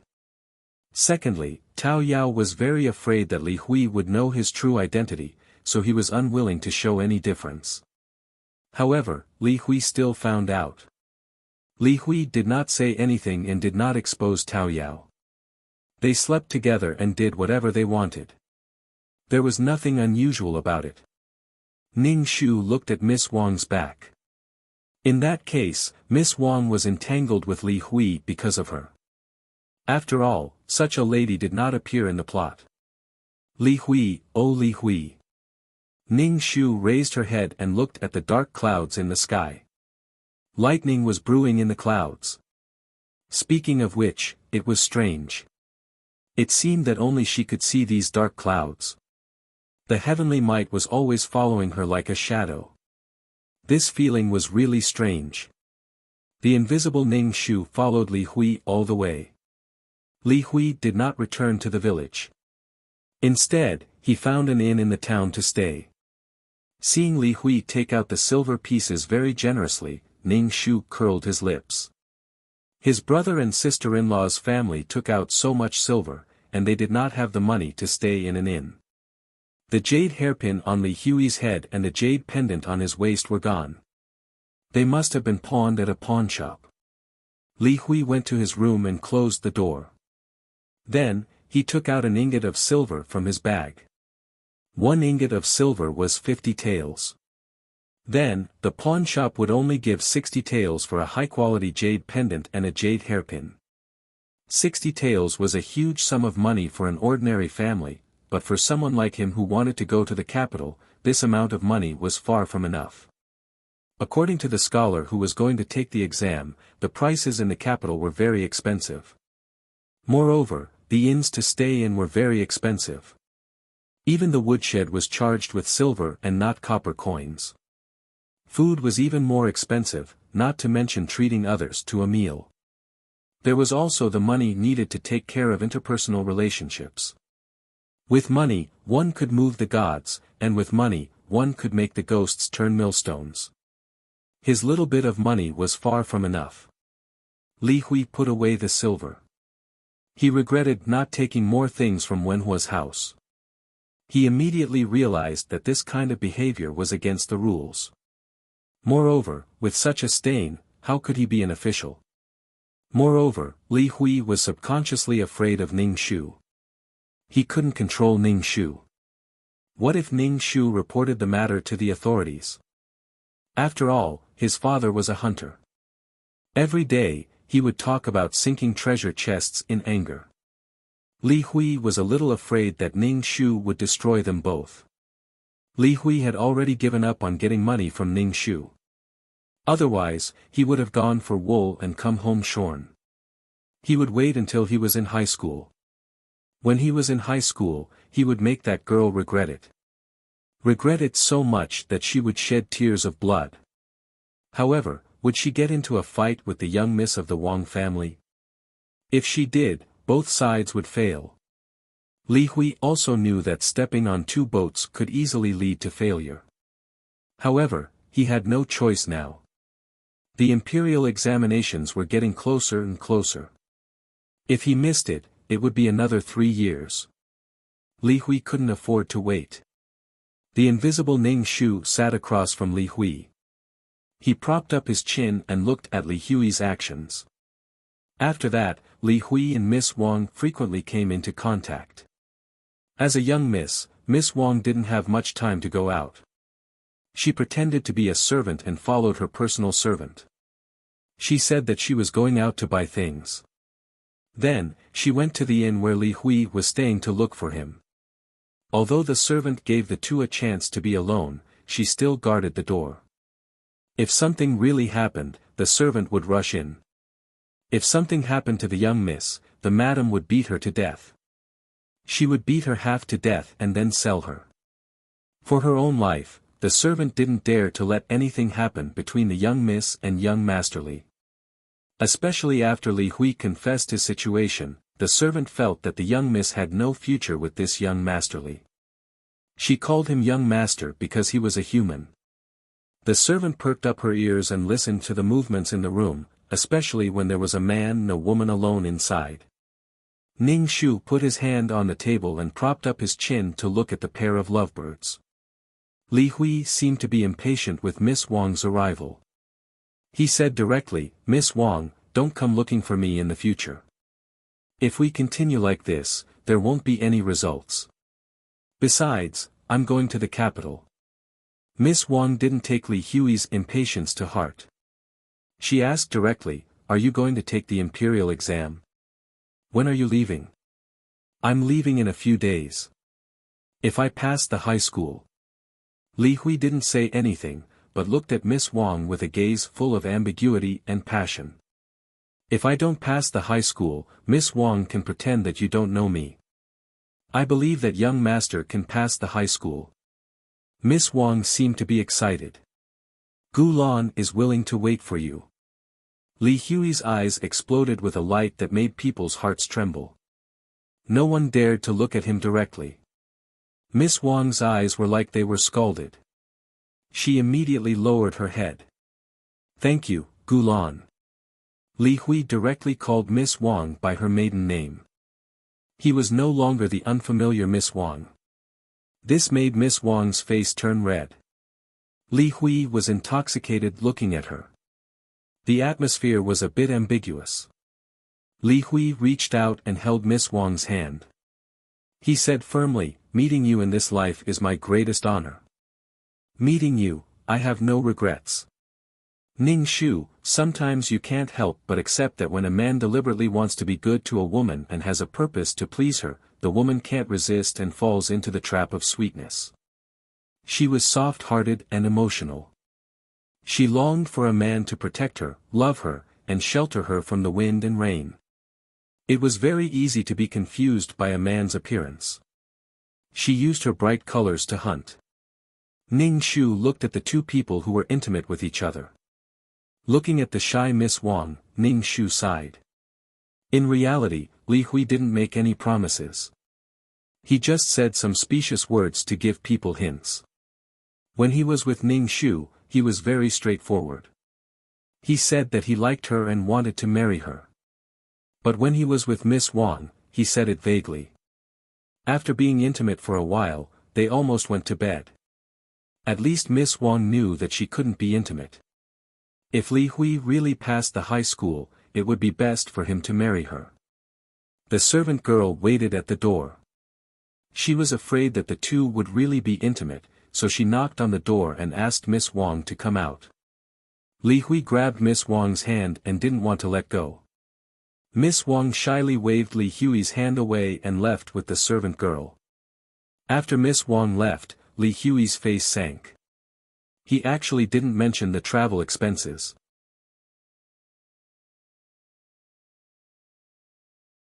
Chapter 2087. Li Hui couldn't directly talk about the travel expenses. Otherwise, Miss Wang would think that he came for the money. If he aroused Miss Wang's vigilance, he wouldn't be able to borrow money at all. Moreover, he had to quickly get the travel expenses to the capital. Wenhua appeared on the night of the lantern viewing. If Wenhua made a scene, both of his sides would be ruined. If he got the travel expenses and went to the capital, it had nothing to do with him even if there was a huge commotion here. The premise was that they didn't make a scene before he left. Li Hui was a little angry. Why didn't he meet the easygoing Miss Wang first, but the troublesome Wenhua first? Now he was worried that the two of them would implicate him. He was thinking about everything now. He just wanted to quickly get the travel expenses and go to the capital to take the exam. Li Hui realized that in the end, only by becoming an official could he become a person and have a meteoric rise. He didn't have to beg his grandparents for a bit of money now. Ning Shu supported her chin with both hands and looked at Li Hui's gloomy face. She couldn't help but laugh. "Seeing that you're not doing well, I feel much better." Due to the dark clouds above her head, Ning Shu could deal with Li Hui at any time. But she couldn't. Moreover, Ning Shu couldn't have any evil thoughts towards Li Hui. Otherwise, the thunder would explode in her ears. She reckoned that if she warned him too many times, the thunder would directly strike her body. Ning Shu felt that the mountain spirits should be raised by her stepmother. Otherwise, why would she not treat them well? She was probably afraid that some mountain spirits would break the law. Ning Shu felt that since Li Hui was afraid of something, she should fulfill Li Hui's wish. Ning Shu went out of Li Hui's room and turned into an old monk. He knocked on the door of the Wang family's courtyard. The servant opened the door and saw a monk. His attitude was very kind. "Master, who are you looking for?" The reason why monks were so popular was because of Huiji, who had lived for more than 150 years. He was the long-lived living Buddha and was very famous. Ning Shu bowed and said Amitabha. He said that he was looking for his master. The servant went in to report. After a while, a middle-aged man with a beard came out. When he saw Ning Shu, he asked, "Master, what's the matter?" In the end, he invited Ning Shu into the room and served him tea. Ning Shu said, "The young lady of your mansion has reached the age of marriage. Recently, the red Luan star has been moving." Old Master Wang's expression immediately turned ugly. He said directly, "My daughter has been staying at home and has not seen any strange men." "Master, you are a monk. How can you slander a girl's innocence? Ning Shu said, It's my fault. When I passed by, I saw a faint black fog above benefactor's mansion. It's a bad omen that will harm the whole family. If I'm wrong, benefactor can ask someone else to check it out. The Wang family's residence was originally blessed with good fortune, but now, there were indeed dark clouds. Since ancient times, the feng shui of a house was the most important. Just like in the capital, the closer the residence was to the imperial palace, the more likely it was to be tainted by the purple qi.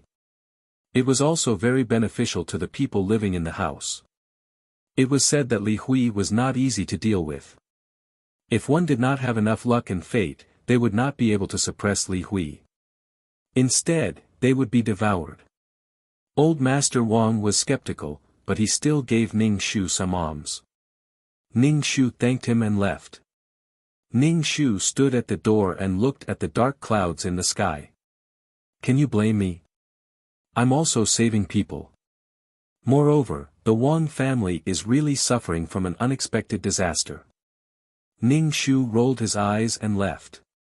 If Li Hui promised Miss Wang that he would marry her, when the time came for Li Hui to turn into a dragon, he might not be so ruthless. If not, the family would definitely be ruined. After Ning Shu left, there was a shadow in old Master Wang's heart. He called his wife over to ask what his daughter had been doing recently. He heard from the master that the red Luan star had moved. Could it be that she really had an affair with that young man? Don't do anything shameful. The Wang family couldn't afford to lose face. Old Master Wang treated his daughter well and gave her whatever she wanted. If she really did something, the Wang family couldn't afford to lose face. Madame Wang was shocked. She said that Gulan stayed at home every day, either embroidering or reading. When old Master Wang heard that his daughter was reading a book, he asked what book she was reading. He hoped that it wouldn't be a book about a scholar or a beauty. This kind of book was written by some people, and women in the boudoir liked to read such books. They would cry and laugh, hoping for a touching love. Who knew what the person who wrote such a book was thinking? Girls were already at the age of love, but when they saw such a book, they would fall head over heels for it. Who knew what an impulsive girl would do? Reputation was very important to a girl's family. When old Master Wang thought about this, his face turned dark. The old monk's words had been lingering in his heart, making him very unhappy. Madame Wang saw that her husband was angry and called her daughter's maid over. When the maid saw how serious old Master and Madame Wang were, she had a bad feeling. Old Master Wang asked with a cold face who the young miss had been meeting recently. She had to tell the truth or she would be sold. The young maidservant was so frightened that she spilled the beans and told her everything that had happened. Old Master Wang was speechless. Now he felt even more disgusted. Unfortunately, the old monk had been sent away by him.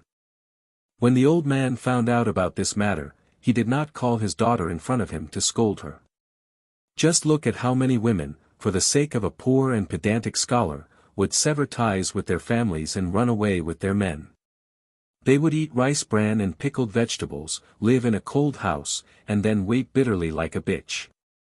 Only a fool would be able to humiliate himself like this. His daughter, who had been raised well, ran away with someone else just like that. His family's reputation would be ruined. Old Master Wang would never do such a self-harming thing. Old Master Wang told Madame Wang to keep an eye on the young miss and stop persuading her. Some people were determined to make a choice and even 10 cows couldn't pull them back. The more she said, the more rebellious she became. In the end, she wanted to glorify the person in her heart as a god. Old Master Wang found a famous Taoist to take a look at the feng shui of the house. The old Taoist took a look and said that the house wasn't peaceful and they had provoked something powerful. The powerful thing was just a poor scholar. Wang Gulan was kept at home by her mother. If she wasn't asked to embroider, she would be asked to embroider. Moreover, her mother kept telling her to read less as it was bad for her eyes, so she took away some books. Miss Wang was a little puzzled. Moreover, she hadn't been able to go out for a few days, making her anxious. Miss Wang was anxious, but Li Hui was even more anxious. He cursed in his heart. Why didn't she appear? Was she playing with him? Did she hear that he was short of money and ran away?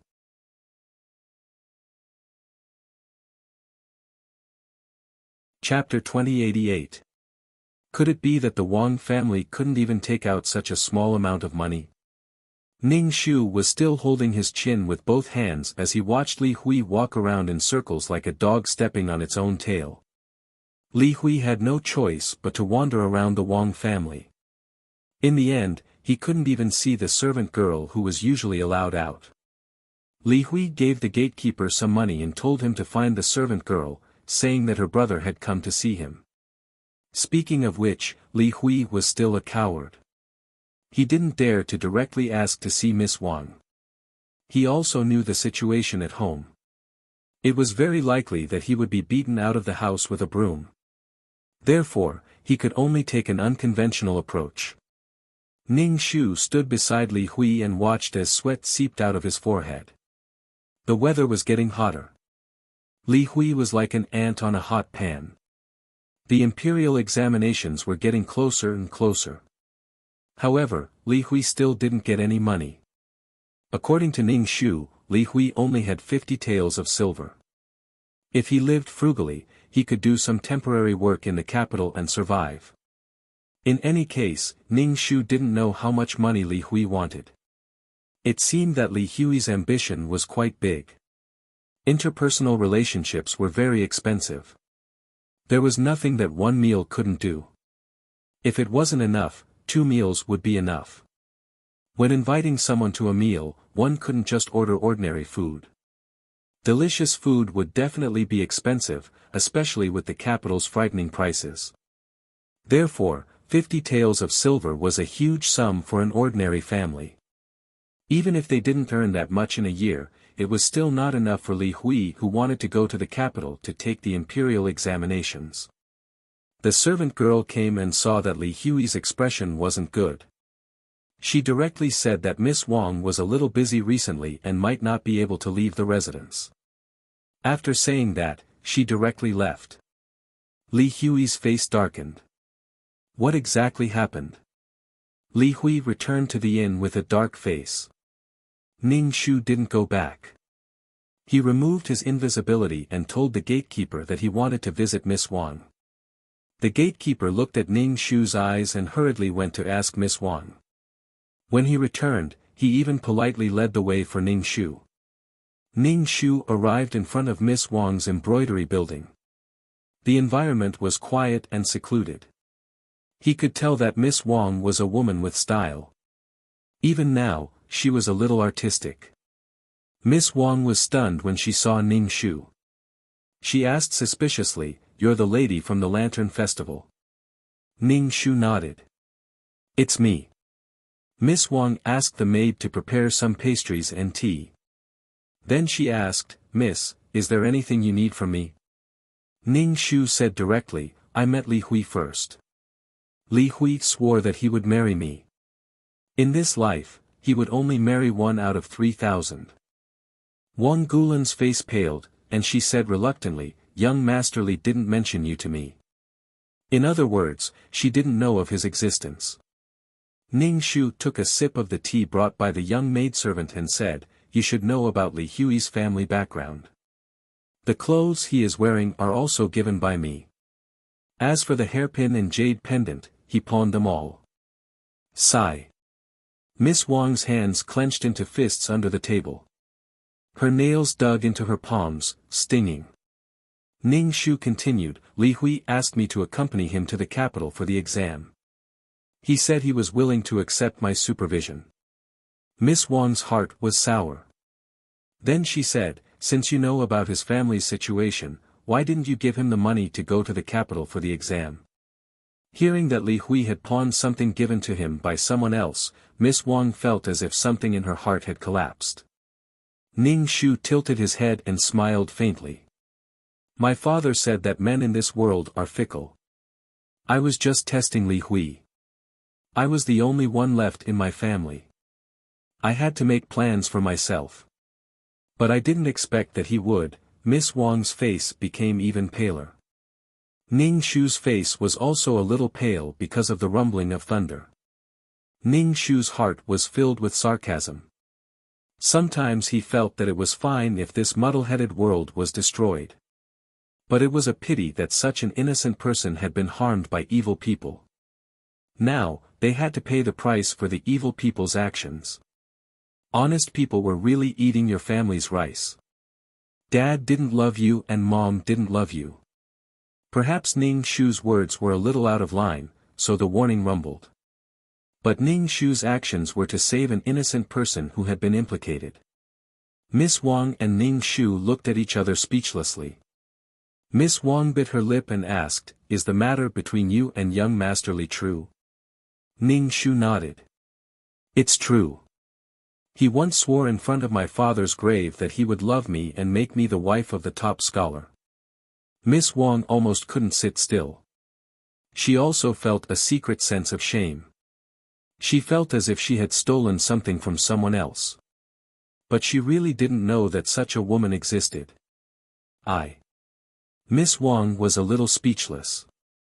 Ning Shu smiled and said, "I don't have any ill intentions towards Miss Wang. Miss Wang is really a lady of the boudoir. My father passed away early, but he taught me a lot when he was alive. I still have to listen to the words of the elders in the family." Li Hui, Ning Shu did not finish his sentence. It was up to her to explain. Miss Wang felt as if her soul had floated out of her body. She was in an indescribable trance. It was as if a heavy hammer had smashed her head. It was so uncomfortable. In a trance, until Ning Shu bade farewell, Miss Wang was still in a trance.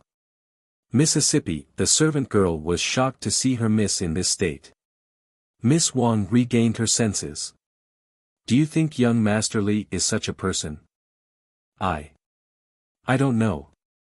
The servant girl almost cried. Her miss had feelings for a scholar. She didn't expect this scholar to be a swindler. Ning Shu walked out of the Wang family's gate and stood at a corner. He opened his mouth and chanted the Clear Heart incantation. The Clear Heart incantation could calm one's heart and clear one's mind. Sometimes, when one was angry, sad, or in extreme emotions, the decision one made was almost 100% wrong. Miss Wang, who was in the house, heard a sound that cleared her agitated and pained heart. She sighed and said, "When should I go see young Master Li again?" The servant girl's hand trembled. Master and Madam knew about her miss. If Madam knew that her miss was going out again, she would definitely be punished. But her miss's decision wasn't something a servant like her could decide. She was afraid that young Master Li would get angry and attack her miss, sullying her innocence. The servant girl's heart beat faster the more she thought about it. She felt that something was going to happen. She quickly ran to tell Madam about what happened today. When Madam Wang heard this, she was furious. But she quickly calmed down. She told her husband to let her daughter go see that scholar. There would be some servants following behind to protect her daughter. It was impossible not to let her daughter give up. What was this? He wanted to take all of them.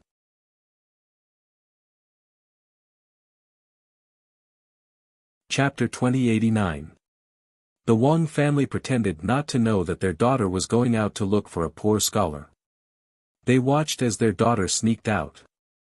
Old Master Wang's expression was not good. This kind of meeting was not polite. If the man wanted to do something, what would his daughter do? Moreover, it seemed like she was going to lay her cards on the table. What if the other party got angry? Insulting a girl's innocence was something that could be done in one fell swoop. Li Hui was thinking of a way to meet Miss Wang. When he saw Miss Wang, he was very happy. However, when he saw Miss Wang's serious face, there was no smile at all. Miss Wang was a very kind person. She always smiled when she met people. She looked very gentle and virtuous. Li Hui had never seen such a cold face before. Suddenly, Li Hui had a bad feeling in his heart. Could it be that she knew about Wenhua? During this period of time, Wenhua hadn't appeared. What happened on the night of the Lantern Festival was like an illusion. Wenhua had been in the mountains all this time. But when he saw Miss Wang like this, Li Hui instantly thought that Wenhua must have told Miss Wang. That woman was very scheming. She didn't say anything but secretly did bad things behind his back. Miss Wang asked directly, "Are you married?" Li Hui was stunned. "When did I have a marriage partner?" "You can ask my elder brother if I have a marriage partner. You can also ask the village where I live. I don't have a marriage partner." Miss Wang was suspicious. "But someone said that you are already married." Ning Shu propped her face up with both hands and grinned silently. She liked the way Li Hui lied, especially when he swore. He liked to see the purple energy on Li Hui's head peel away bit by bit. Miss Wang asked again, "Then what about Miss Wenhua?" "She said that you are already married. Also, you said that she would accompany you to the capital to take the exam. You even promised that she would be your only wife." It was indeed this woman. Li Hui cursed in his heart. However, he still had some doubts on his face. "Who is Wenhua?" Ning Shu smiled even more happily. "You really don't know. Also, she said that everything was a test for you." Miss Wang frowned and looked at Li Hui seriously. Li Hui's expression turned sinister. Test. Since it was a test, why didn't she say it? Wenhua was a bad woman. However, Li Hui also knew that he might not pass the test at all, so he still had to catch the woman in front of him.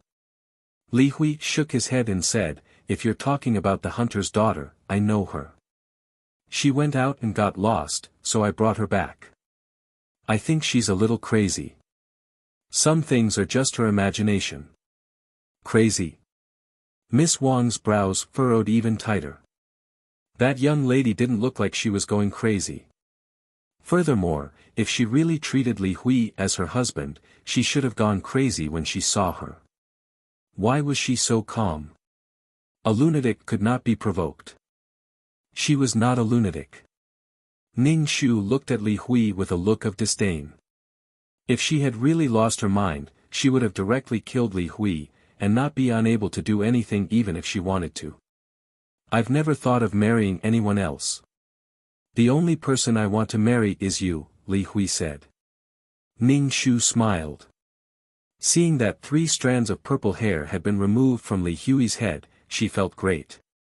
She calmly looked at the person who had once sworn to her, and now, he was swearing to someone else. When Miss Wang heard this, she felt a little embarrassed and a little puzzled. There were many things that could not be explained. Miss Wang looked at Li Hui's waist. There was a jade pendant there. She heard that it was given to him by that woman, and now it had been pawned. Miss Wang asked, "Did that woman give you the clothes you're wearing?" Li Hui, "Fuck, that's too embarrassing." Li Hui's face turned green and white. He hurriedly denied it. "No, this is the money that the organizer would give me when I participate in poetry recitals. I saved it up and bought this." As for something like the jade pendant, Li Hui laughed bitterly. "Do you think that with my situation, I can have something like a jade pendant? Back then, I sent a lost hunter's daughter home, but for some reason, she decided on me." In other words, that woman had lied. Miss Wang did not know if she could believe Li Hui. Furthermore, that woman did not look like a hunter's daughter. She was wearing brocade clothes, and her temperament did not seem like that of an ordinary family. How could she be a hunter's daughter? Li Hui had lied. Miss Wang's expression did not change at all. This made Li Hui feel hatred in his heart. He reached out and grabbed Miss Wang's hand. "You have to believe me. I have nothing to do with that hunter's daughter. At most, I was just sending her home. Don't be fooled by how normal she usually looks. You don't know when she will go crazy. Furthermore, her parents are no longer around. She doesn't have any siblings.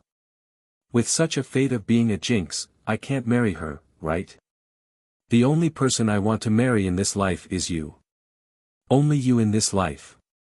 Miss Wang's expression softened a little. She said, but she keeps pestering you. It's also a troublesome matter. That's why I have to go to the capital as soon as possible for the exam. Otherwise, if this woman goes crazy, who knows what will happen. Li Hui said worriedly, it's really hard to be a good person. I just saved someone in passing, but that person stuck to me. Sigh, Ning Shu was not angry at all. He looked at Li Hui and sighed. Li Hui was probably the most shameless person he had ever seen. Ning Shu felt that he was not as thick-skinned as him. He was so good at lying. No wonder he was able to become an official. The most untrustworthy words in the world were the words of politicians. Li Hui cursed and swore to Miss Wang. He barely managed to coax her. After all, people still revered God. No one would curse themselves so viciously. Miss Wang suppressed the doubts in her heart and left. Ning Shu watched as the purple aura above Li Hui's head was drawn away bit by bit. The purple aura on Li Hui's body was very faint. Li Hui's luck was almost finished. He did not know how many times he had swore to Ning Shu. Now that Miss Wang suspected him, he swore to Miss Wang again. Every time he swore, a trace of his luck would be taken away. Miss Wang probably did not expect Li Hui to swear as if he was eating a meal. He had a purely indifferent attitude. After all, there was no retribution for swearing. Li Hui also let go of the apprehension in his heart. Miss Wang returned home. In the end, she met Ning Shu outside her backyard. When she saw Ning Shu, Miss Wang was a little uncomfortable. However, she still greeted Ning Shu. Miss Hua. Ning Shu returned the greeting. You went to see Li Hui. Li Hui will definitely say that I'm lying.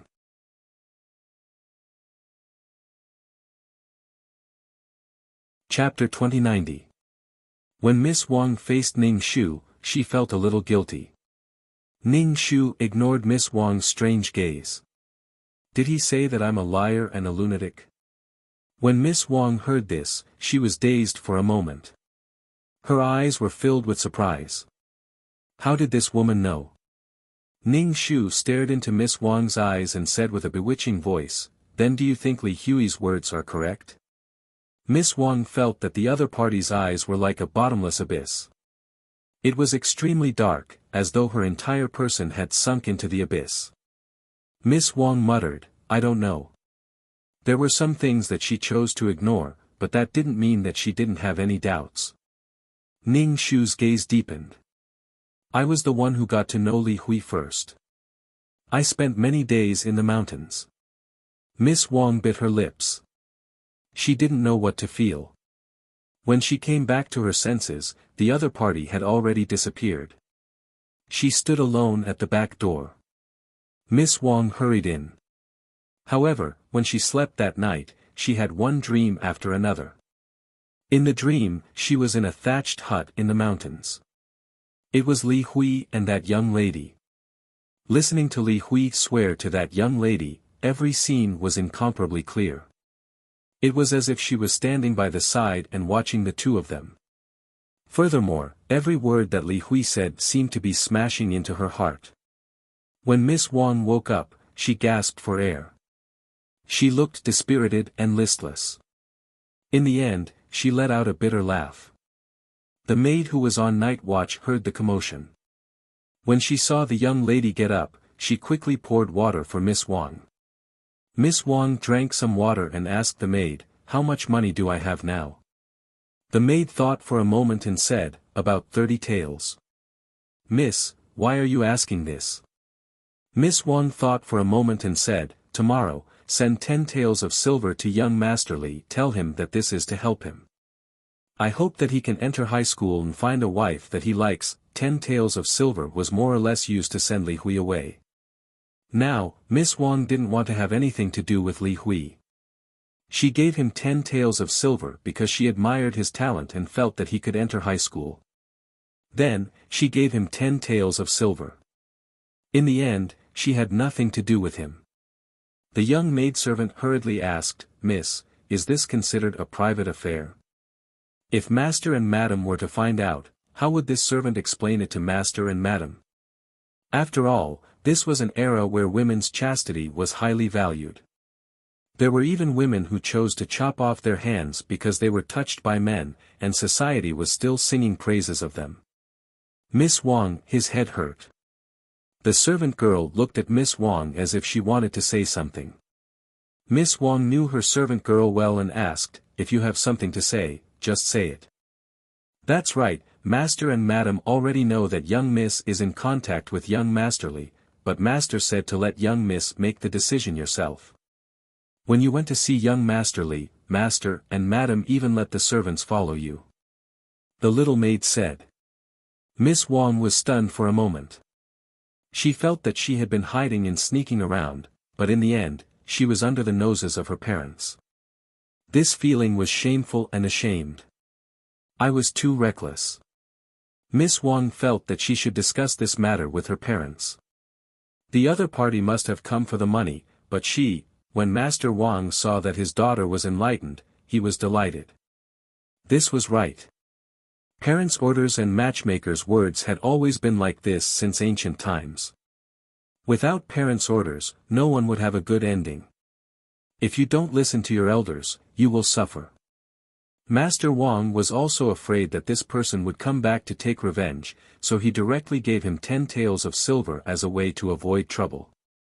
When the servant sent the 10 taels of silver to the inn, Li Hui's expression was like he was struck by lightning. What was going on? Weren't they talking nicely before?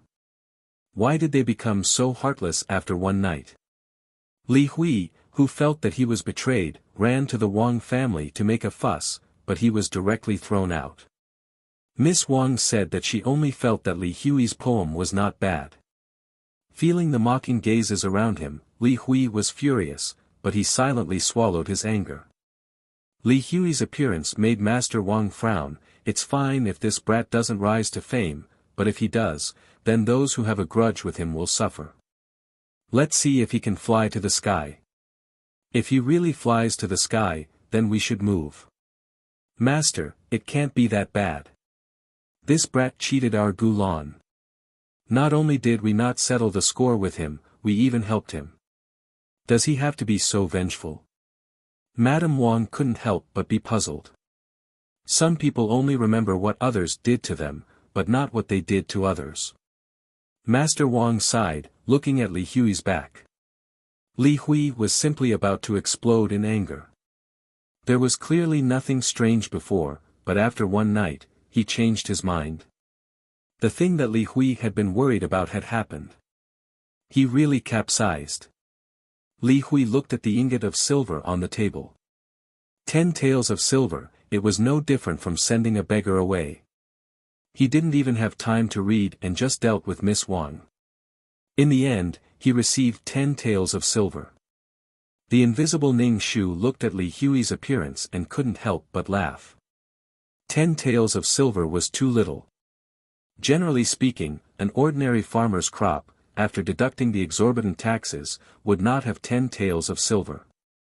Ning Shu seriously suspected that Li Hui wanted to bring a few hundred taels of silver to the capital to take the imperial exam. Li Hui's heart was unsatisfied. He cursed Miss Wang, and also cursed Ning Shu. Moreover, Ning Shu did not appear and directly caused trouble behind his back, making Li Hui gnash his teeth in anger. It was just that she appeared that night, and that woman didn't appear again. This made the hair on Li Hui's back stand up. That woman couldn't be holding back some big move and waiting for him, right? She really was a jealous woman who did not have a mother to teach her. How did he provoke such a woman? If he had met the gentle and knowledgeable Miss Wang first, then this kind of thing would not have happened. For a moment, Li Hui hated Ning Shu and was angry that he did not control himself and made a promise to Ning Shu first. Li Hui packed up his things and prepared to go home. As soon as he got home, he ignored his sister-in-law's ugly expression and went into the mountains to find Ning Shu. Seeing Ning Shu drying the herbs, Li Hui angrily walked over and asked, "What do you want?" Ning Shu said with his hands behind his back, "My father was right. Men are fickle.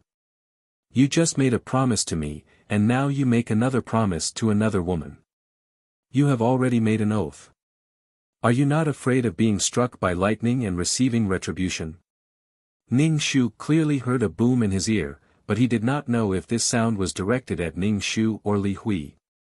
But Li Hui did not hear the thunder at all. With a cold face he said, "I need money to take the imperial exam."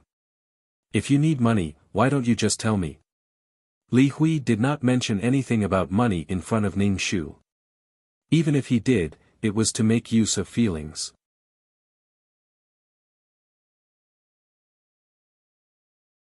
Chapter 2091. If you don't tell me, how would I know what you want? Do you really think that I can read your mind? You want both face and money. He was hoping that the other party would take the initiative to mention it. It would be best if the family's things were all his. "So for money, you lied to other girls?" Ning Shu asked in surprise. "I didn't lie to anyone. Miss Wang and I are just acquaintances. She just admired my poem and the Wang family even sponsored me with 10 taels of silver," Li Hui said as he took out an ingot of silver.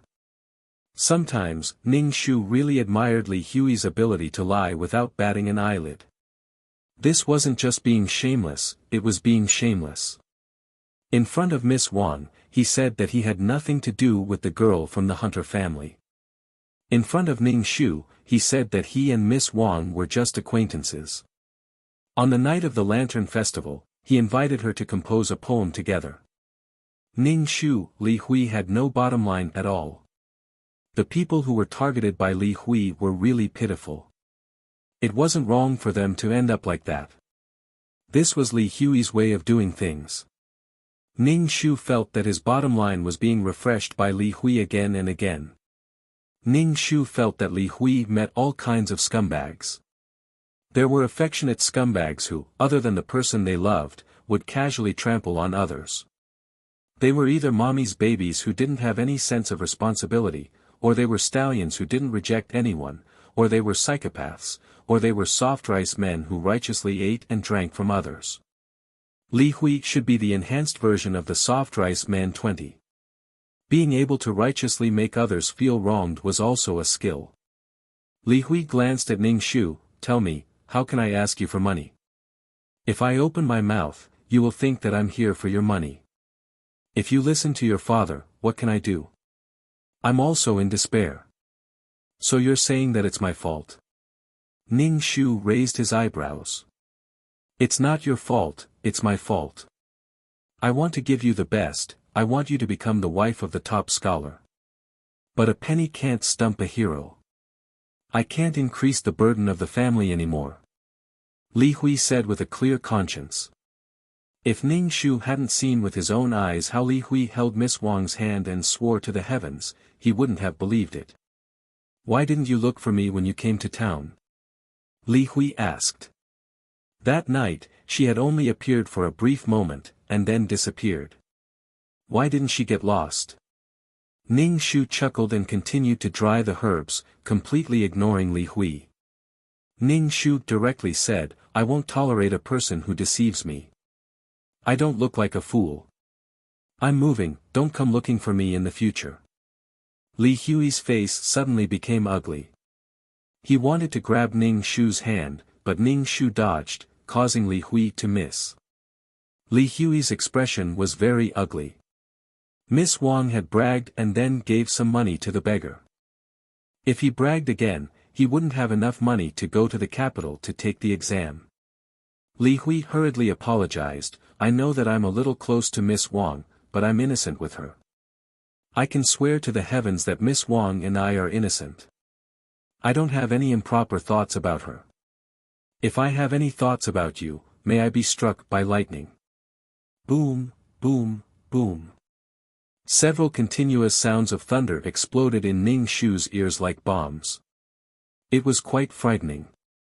Ning Shu felt as if his soul was about to be shattered. A cloud of purple energy above Li Hui's head was sucked away. What was left was so purple that Ning Shu couldn't see it anymore. Almost all of Li Hui's purple luck had been sucked away. Li Hui didn't seem to hear the thunder. His expression was still normal. Ning Shu's heart was really fucked. Why did he let Li Hui hear his warning? Ning Shu smiled and said, "I don't believe you. You made so many vows, but you didn't do any of them. Don't you feel guilty?" "I'm sincere. Why would I feel guilty? Wenhua, I don't know what hurt you to make you avoid men like this, but I really like you. I want to marry you, have children, and grow old together." Li Hui didn't think there was anything wrong with him. He just felt that Ning Shu was like this under his father's guidance.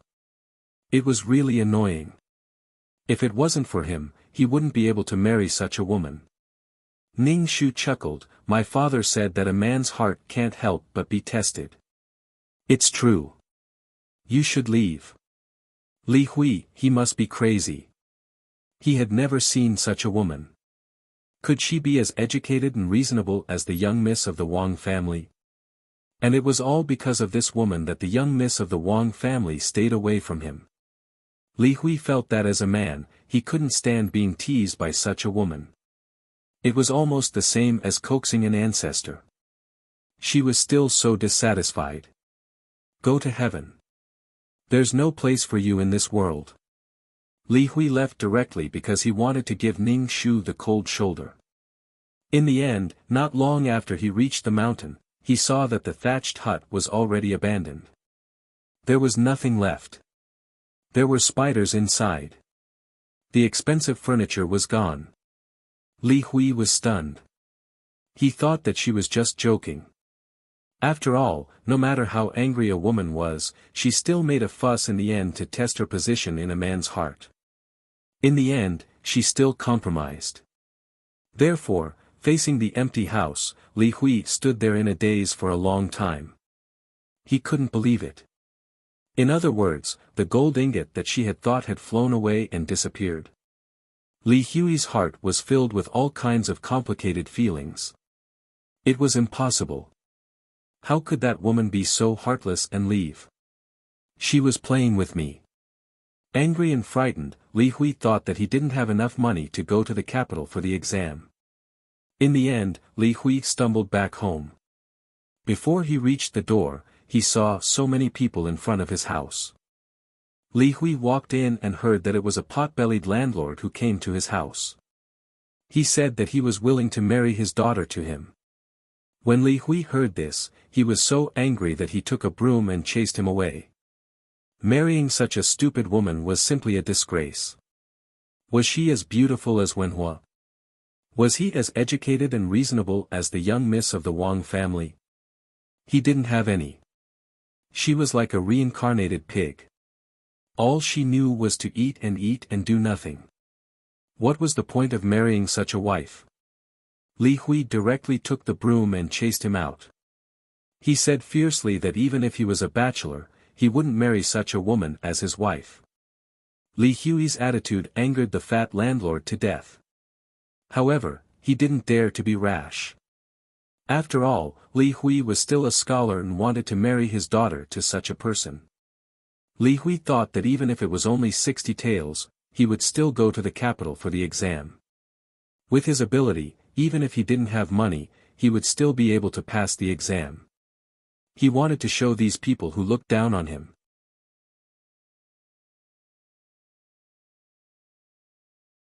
Chapter 2092.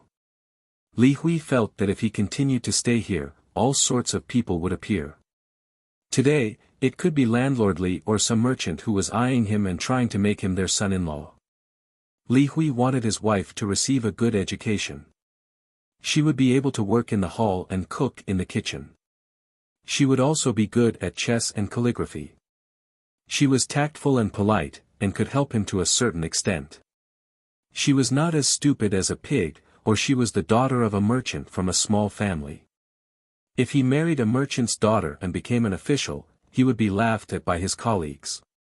In short, Li Hui thought a lot and had a plan for his life. He knew what he wanted. Li Hui decided to bring 60 taels of silver to the capital. This time, he wanted to become a high scholar. If he could become the top scholar, that would be the best.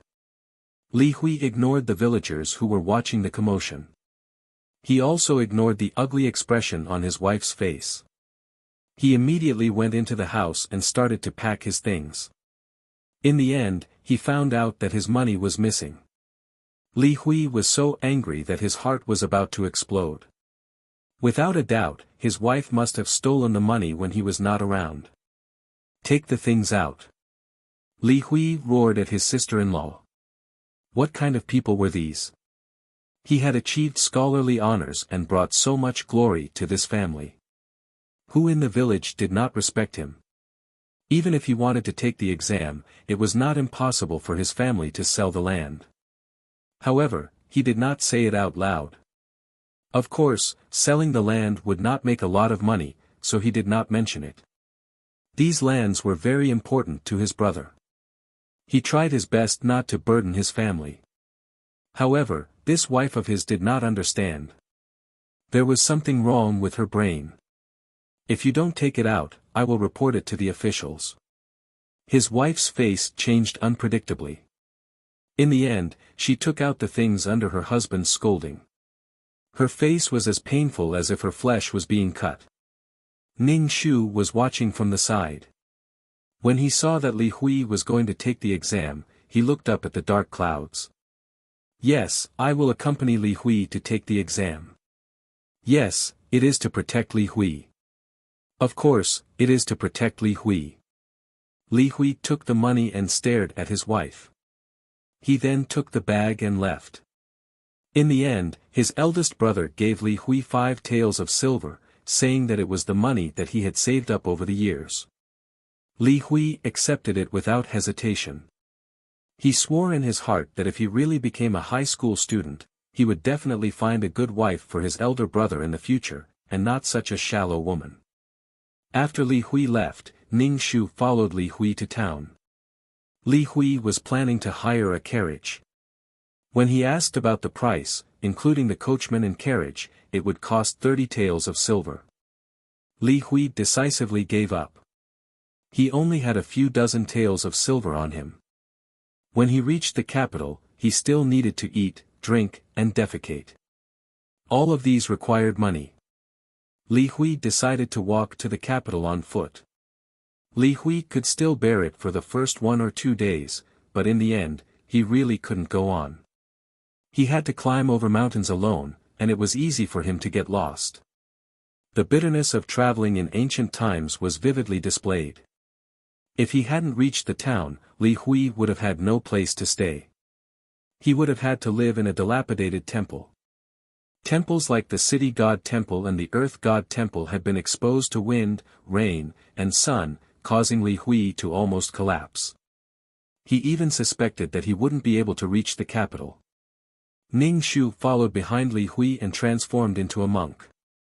Begging for alms also helped to cure illnesses and save people. He had herbs in his hands. If the family was really poor, Ning Shu would give them herbs.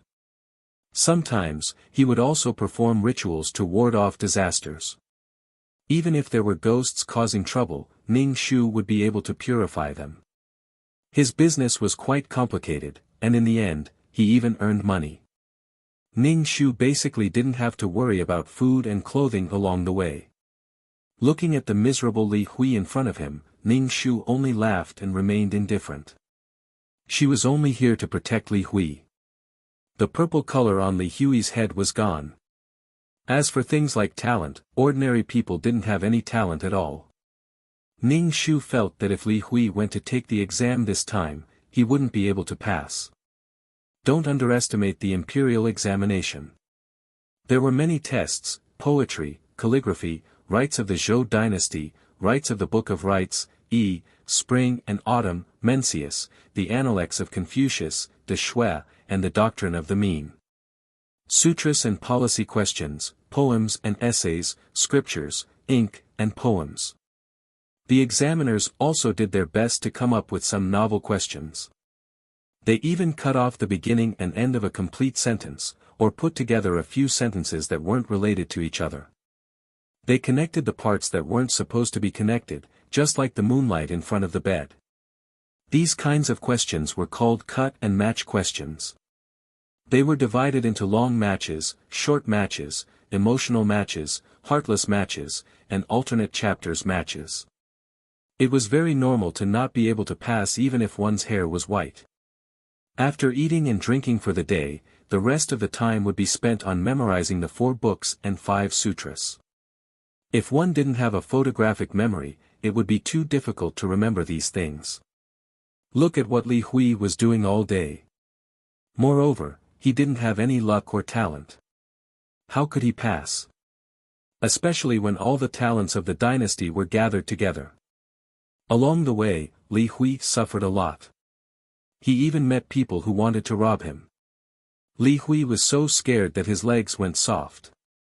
In the end, Ning Shu used the actions of a monk to persuade the robbers to leave. He just kept chanting sutras, asking them to put down their knives and become Buddhas. Of course, he also took action. After that, Li Hui thanked Ning Shu again and again. Ning Shu said that he was going to the capital and he could go with him. Of course, Li Hui couldn't ask for more. With such a monk by his side, he wasn't afraid of gods or ghosts. He could even fight. On the way, Li Hui saw this monk begging for alms and even helping to save people. Some rich people would even give him some incense money. This monk only needed to chant sutras. This money was too easy to earn. Seeing that the monk had a lot of money, Li Hui's eyes flashed and asked, "Master, do you know Master Huiji?" Ning Shu bowed and said respectfully, "Of course I know Master Huiji. He is the most profound monk of us monks. Who doesn't know him?" Ning Shu didn't know why Li Hui suddenly mentioned Huiji. Li Hui said with a smile, "I was lucky enough to go to Wuxia Temple. Master gave me a fortune." Ning Shu's face revealed a look of suspicion. Li Hui looked at Ning Shu's face and suddenly felt uncomfortable in his heart. He said, "The master gave me a fortune and said that I have a life of great wealth. So?" Ning Shu rolled her eyes. Could it be that Li Hui had taken a fancy to the money in her hands? Sometimes, the money given by rich merchants could be as much as 5 to 20 taels. Many little drops make an ocean. It was also a considerable income. Li Hui was envious. He was lucky that he couldn't get money. But this monk just chanted sutras and then he had money. When he mentioned Huiji, the old monk meant that he wanted this monk to help him. Ning Shu couldn't help but curl his lips. Li Hui was subconsciously scheming against everyone.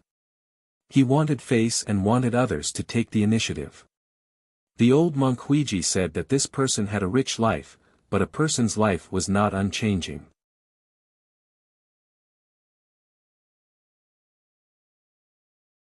Chapter 2093. The times create heroes, but the current Li Hui did not have the fate of being rich. Even if he wanted incense money, he could openly borrow money and say that he would build a golden body for Bodhisattva or donate more incense money. As a benevolent monk, he would definitely give it to him. Ning Shu looked at Li Hui calmly and said, "Forgive this poor monk for being blind. Perhaps in the past the benefactor had the fate of being rich, but now the benefactor is not." Li Hui's tired face turned even uglier. He did not speak to Ning Shu anymore. That was a life given to him by the living Buddha. What would an unknown old monk know? Along the way, Li Hui saw the monk treating patients and applying medicine. There were also some Buddhists who gave him incense money. Li Hui could not imagine how much money this monk had. After walking for about 2 months, they finally reached the capital. Li Hui was both mentally and physically exhausted. He stayed in the cheapest room, but it was still so expensive that it made his heart ache. The capital was very prosperous.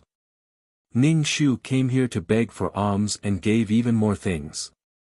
However, the poor were poor, while the rich had groups of servants. Ning Shu still had to treat patients and apply medicine while paying attention to the imperial examinations. Many capable scholars gathered together to discuss various matters. In the end, Li Hui could not even get a word in. These people had their own circles. With Li Hui's situation, it was not easy for him to integrate into these people. Furthermore, Li Hui realized that his mind was a little chaotic. There were many things that he could not remember. This made Li Hui very alarmed. There was less than a month to the imperial examinations. In the end, his mind was completely blank. It was too terrifying. Hence, Li Hui began to read during the day and stay up late at night. He hoped that he could revise these things before the examinations. If not, he would feel uneasy. The others invited their friends to wander around.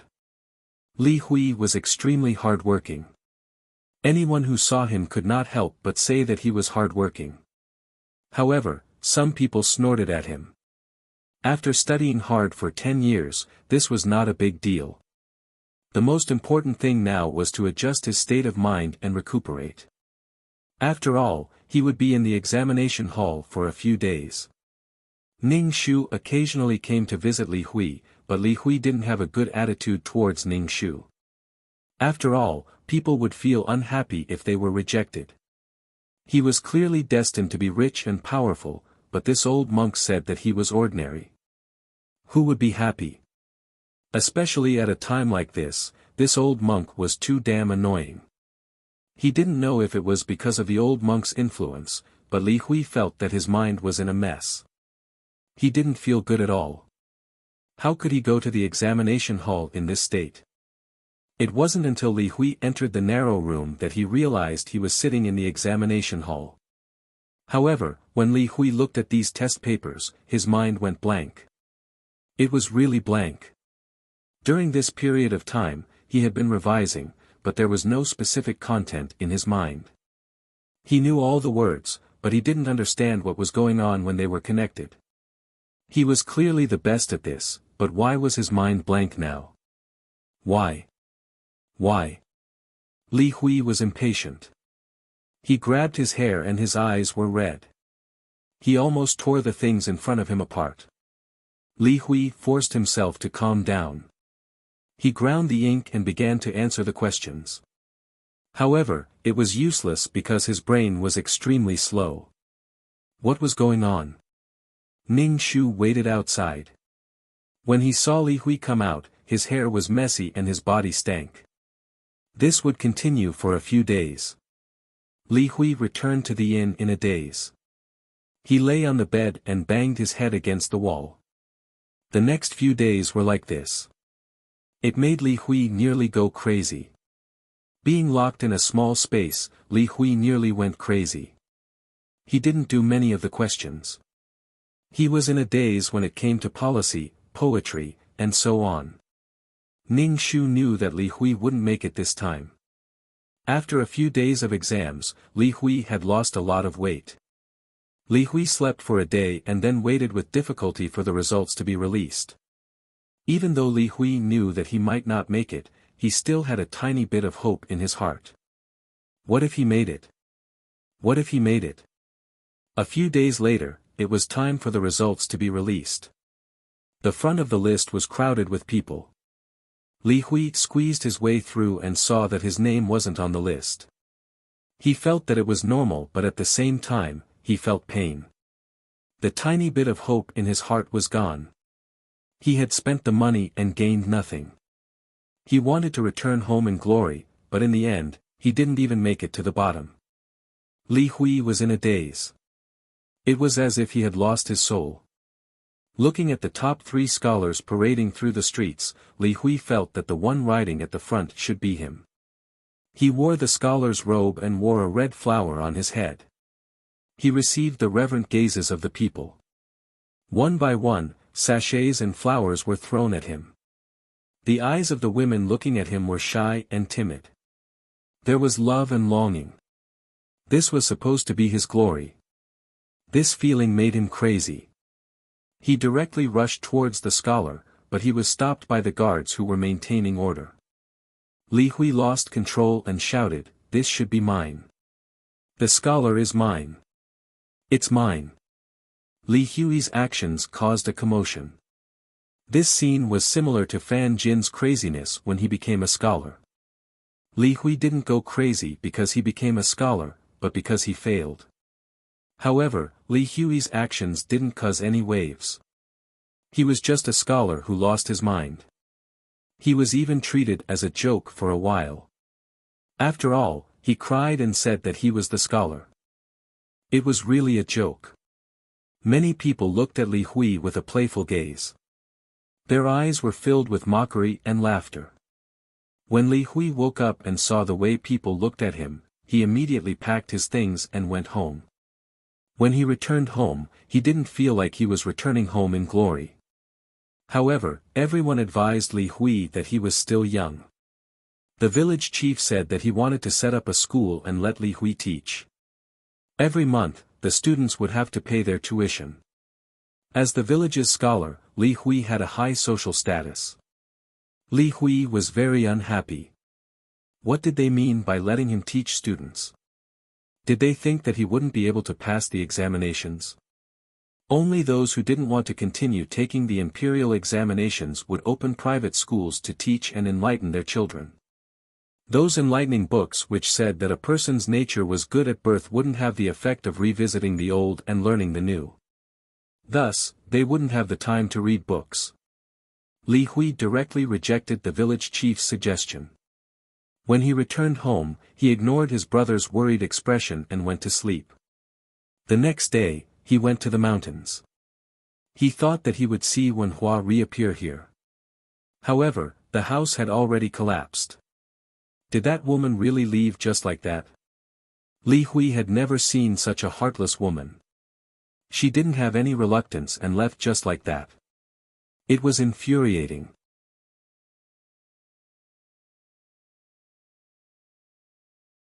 Chapter 2094. Li Hui came out of the mountains and went to the town to inquire about the Wang family. In the end, he was told that the Wang family's young miss had already been betrothed to someone and was already married. In just 3 or 4 months, she was already married. This was too rushed. Could it be that she was in such a hurry to get married because she wanted to avoid him? Li Hui felt dizzy. He felt that his whole body was not good. These 2 women did not have noble status. In the past, he did not even care about them and felt that he deserved better.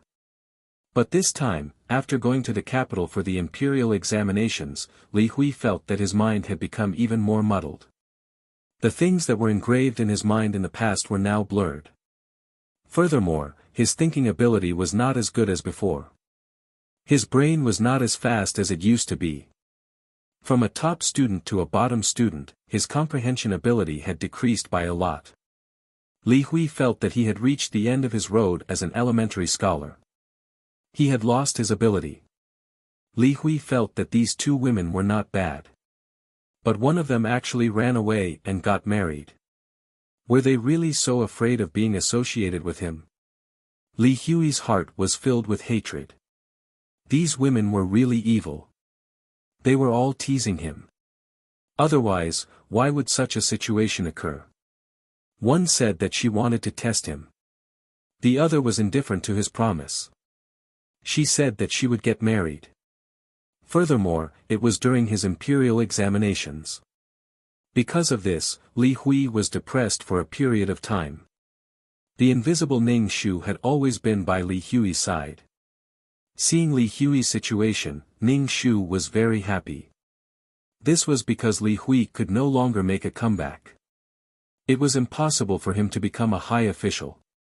Even if he had the title of an elementary scholar, to the proud and arrogant Li Hui, if he did not become the top scholar and did not marry the daughter of an aristocratic family, his life would not be perfect. Li Hui felt that he was different from the rest. In the future, he would definitely achieve great things. He would be rich and have a beautiful wife. He would be respected by everyone. Li Hui could not bear to live such a miserable life. Li Hui did not know how to copy books to earn money or write letters to his family. After all, doing such things did not suit his status at all. He had already spent all of Li Hui's money on this trip to the capital. Now, he was really poor. He had no choice but to agree to teach the children in the village. The problem was that the oldest children in the village were 10 years old and the youngest were 5 or 6 years old. They were all like mud monkeys, climbing trees and going into the river. In any case, they couldn't sit still. Li Hui was about to die from anger. Moreover, Li Hui discovered that his brain was becoming more and more sluggish. In the past, he could understand scriptures and policy theories, but now there were many things he didn't understand. Sometimes, he would be stumped by the devilish brat's questions and have no way of answering them. Damn it! Sometimes, when Li Hui was angry, he would hit a student. In the end, the child's family would come looking for him and say that if he hit the child too hard, who would be responsible if the child was crippled? Li Hui, as an elementary scholar, it was a waste of talent for him to teach these people, yet he still dared to look down on them. In a fit of anger, Li Hui stopped teaching. When he had nothing to do, he would stroll around the town. Occasionally, he would compose some poems to attract some people.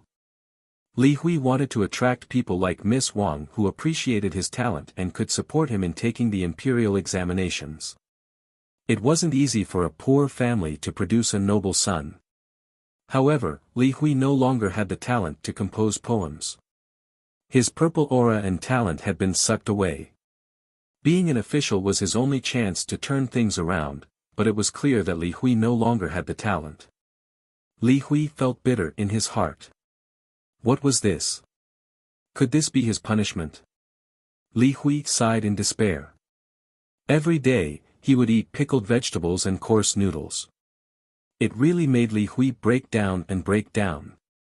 He was an elementary scholar, yet he didn't have the money to support himself. Li Hui often went deep into the mountains just to see if the girl who was as beautiful as a flower and as beautiful as a mountain spirit was still around. In the end, all the thatched huts collapsed and that girl disappeared. She tortured him until he didn't want to and then disappeared. Couldn't she be more shameless?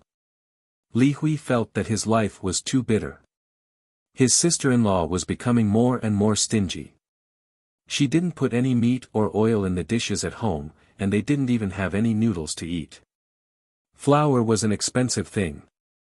No matter how bitter it was in the capital, he still had noodles to eat for every meal. Furthermore, he ate all sorts of delicacies in the mountains. How could he eat all these now? He really wanted to eat pork trotters, roast duck, red dates, and bird's nest soup.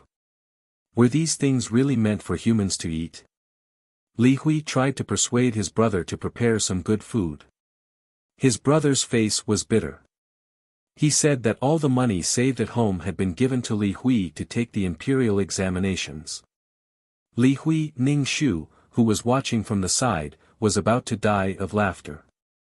Li Hui was picky with his food and couldn't eat the food at home. In the future, Li Hui would have to suffer. Li Hui was someone who wasn't used to living a bitter life. What surprised Ning Shu the most was that Li Hui would often go to the landlord's house. Sometimes, he would even meet the landlord's chubby daughter. She was always holding food in her hands. When she saw Li Hui, she would stuff her food to him. Li Hui frowned and didn't want it. He couldn't bear to look at the chubby girl. However, he still accepted the food from the landlord's daughter. Ning Shu looked at Li Hui's sullen expression with his hands behind his back. He probably wanted to flirt with the landlord's daughter, but he couldn't bring himself to do it. He really felt wronged. Previously, it wasn't that he didn't like her. Now that there was no one else, he wanted the landlord's daughter just to have a mouthful of good food. Ning Shu just wanted to laugh. So, Li Hui wasn't someone who would rather break than bend. He was used to looking for backup plans. If he had a foot in several boats, he had to be prepared to capsize. Under Ning Shu's attention, Li Hui and the landlord's daughter's relationship was like a rocket. Li Hui endured the sullenness and flirted with the landlord's daughter. Sometimes, when she was shy, the landlord's daughter would pinch Li Hui's waist. It was so painful that Li Hui's face turned pale. The other party was fat and didn't know how to control her strength. This made Li Hui feel very sullen. He didn't want to have any contact with the landlord's daughter. No matter how poor he was at least a scholar. His family could be exempted from taxes. Although he couldn't get subsidies from the imperial court, he could still be exempted from taxes. Don't think that he didn't know what the landlord was thinking. He wanted to marry his daughter to him. He wanted to let his family's land be exempted from taxes. The chubby girl probably knew that she had angered her scholar brother. Every day, she would give Li Hui delicious food from home. Today, it would be crystal pork knuckle. Tomorrow, it would be braised pork. All kinds of delicious pastries. Li Hui ate and drank, but he still ignored her. In the end, the landlord came and said that she wanted Li Hui to marry into her family. Li Hui, get lost, get lost, get lost. Marry into her family. Li Hui's brother also didn't agree to his brother marrying into her family.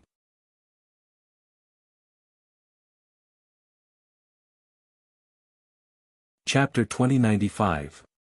It wasn't easy for the family to have someone who was an official, but now she wanted to marry into someone else's family. What's more, if Li Hui really married into the Li family, he would no longer be part of the Li family and would have to pay taxes for his family's land. Li Hui felt that marrying an illiterate woman who looked like a pig was already an insult. Now she wanted him to marry into the Li family. Did she think that he was easy to bully? Li Hui was adamant about not marrying into the Li family. In the end, the landlord gave in and allowed his daughter to marry into the Li family with a large dowry. Li Hui reluctantly agreed. Thinking about how the fat woman was so subservient to him, he felt that even after they got married, he could still hold his daughter in the palm of his hand. The news that Li Xiaocai was going to marry the landlord's daughter spread like a gust of wind through the village. Ning Shu sat by the door with his chin in his hands, watching the lively wedding. The bride was about 2.5 times Li Hui's size. Ning Shu watched the two of them get married because the landlord's daughter looked like she was big-hearted and chubby. However, she was an unruly girl who loved to eat and was very protective of her food. Li Hui wouldn't be able to get anything out of her.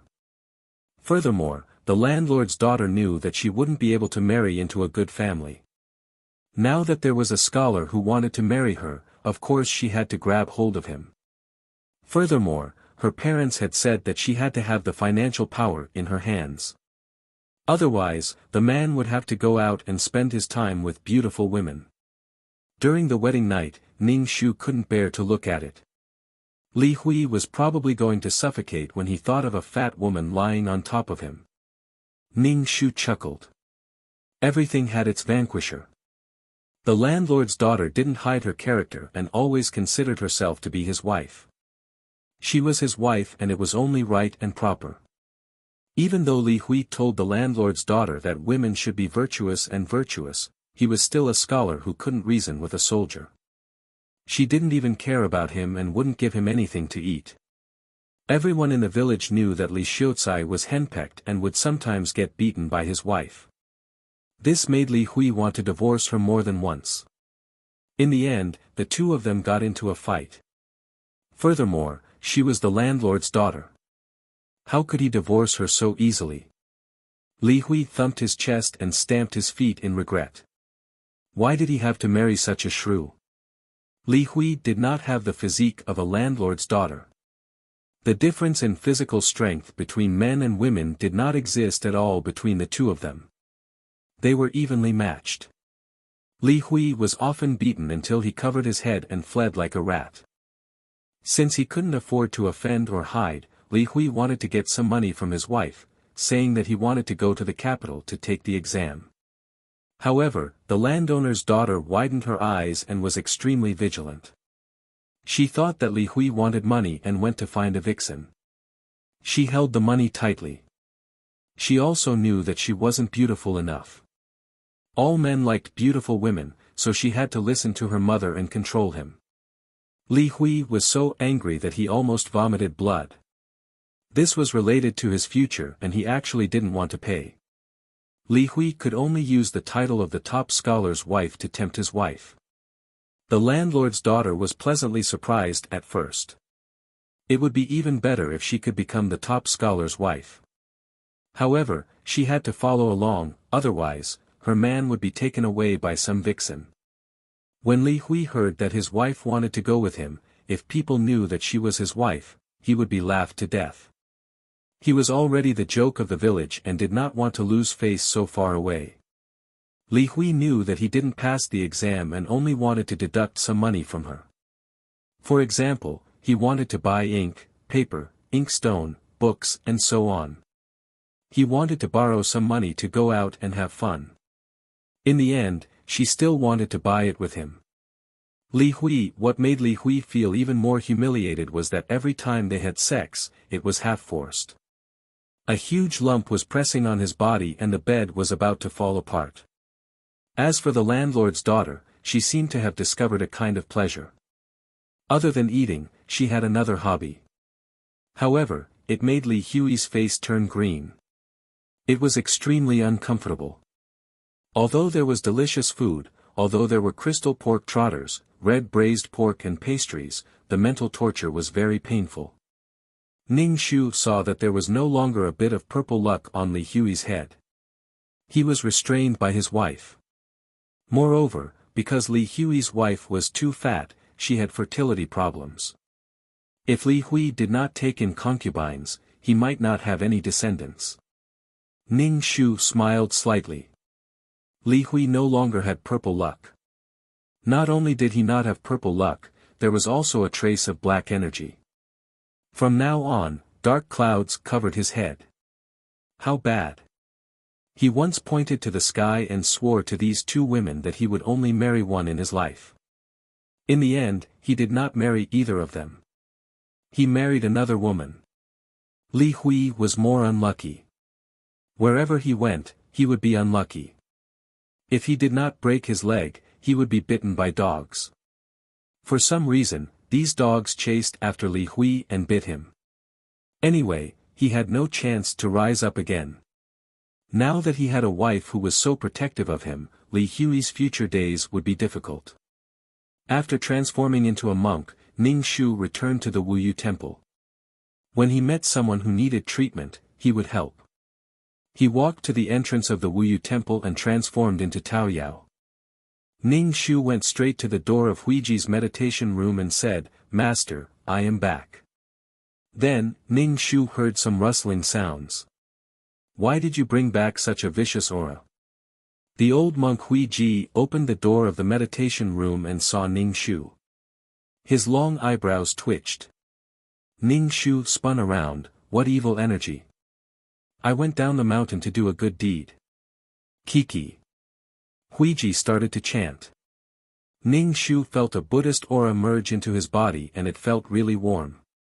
"What did you do?" Huiji asked calmly. Ning Shu said, "I went to solve some things. In the future, I will follow you to study Buddhism." Huiji looked at Ning Shu and didn't say anything. Ning Shu opened his bag and there were some silver and silver ingots. "Master, look. You stole it?" Huiji asked. Ning Shu said right away, "Do I look like that kind of person? I begged for donations and they gave me money. Even if you don't believe in my character, you have to believe in Buddhism. I didn't break the precepts." Ning Shu said. Huiji nodded, "Not bad. It's good that you didn't steal it." Ning Shu was speechless. His expectations for her were really low. "Did you harm anyone?" Huiji looked at Ning Shu and asked. Ning Shu shrugged and said, "I didn't harm anyone. It's just that some bad people have their retribution. I am a Buddhist disciple and I didn't kill anyone. No wonder you have evil energy. Cultivate in the temple and don't go outside." Huiji said. Ning Shu nodded right away, "I will listen to you. I bought some meat buns for you. Ning Shu took out the meat buns. Huiji, if you like it, you can keep it for yourself. Huiji said calmly. Ning Shu took a bite of the meat bun and said, I am just coaxing you. This is a vegetable bun, not meat. One more.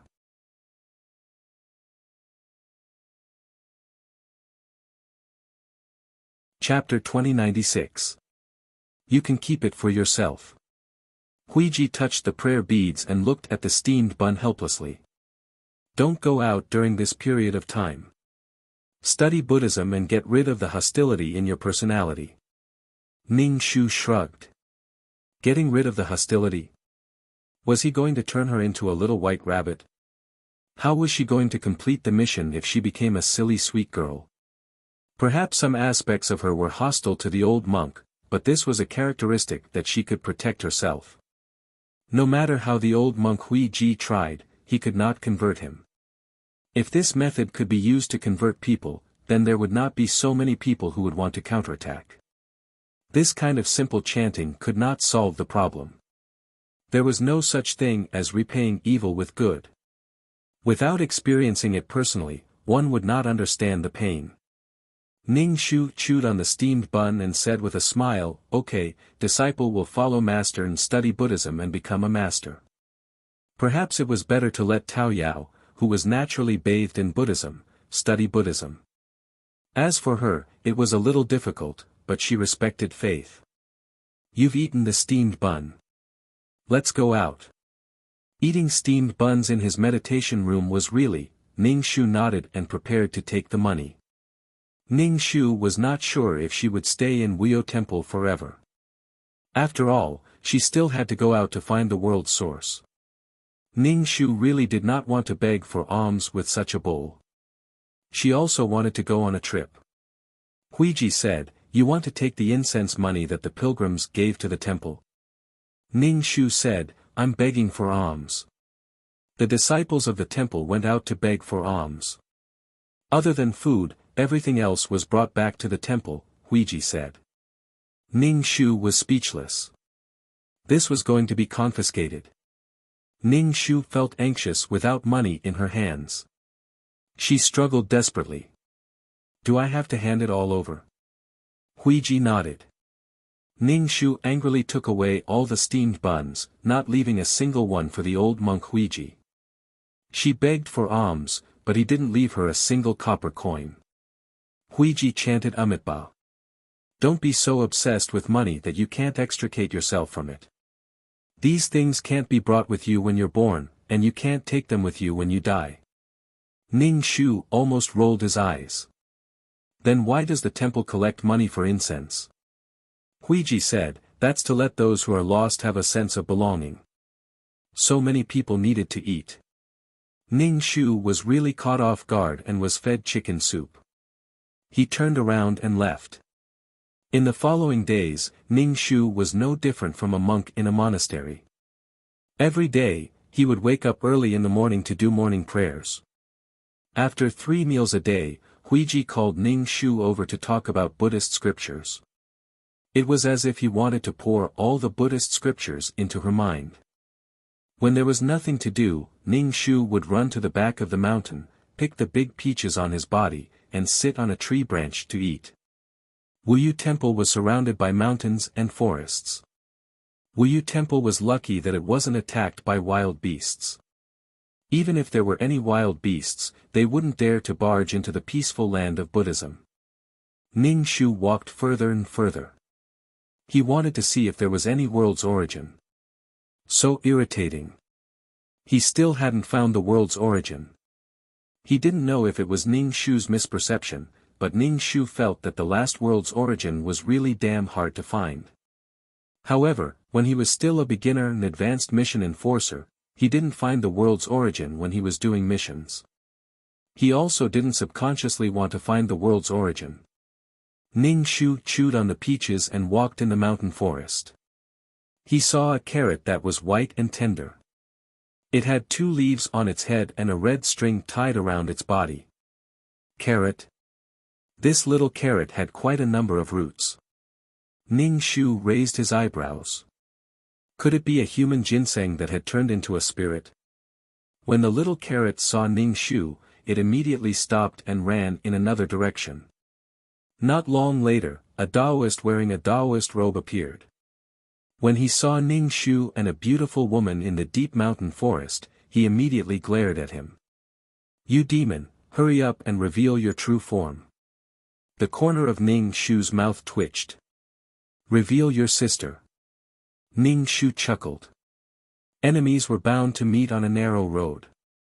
Ning Shu had already dealt with Li Hui, but now she had met the one who had sent her.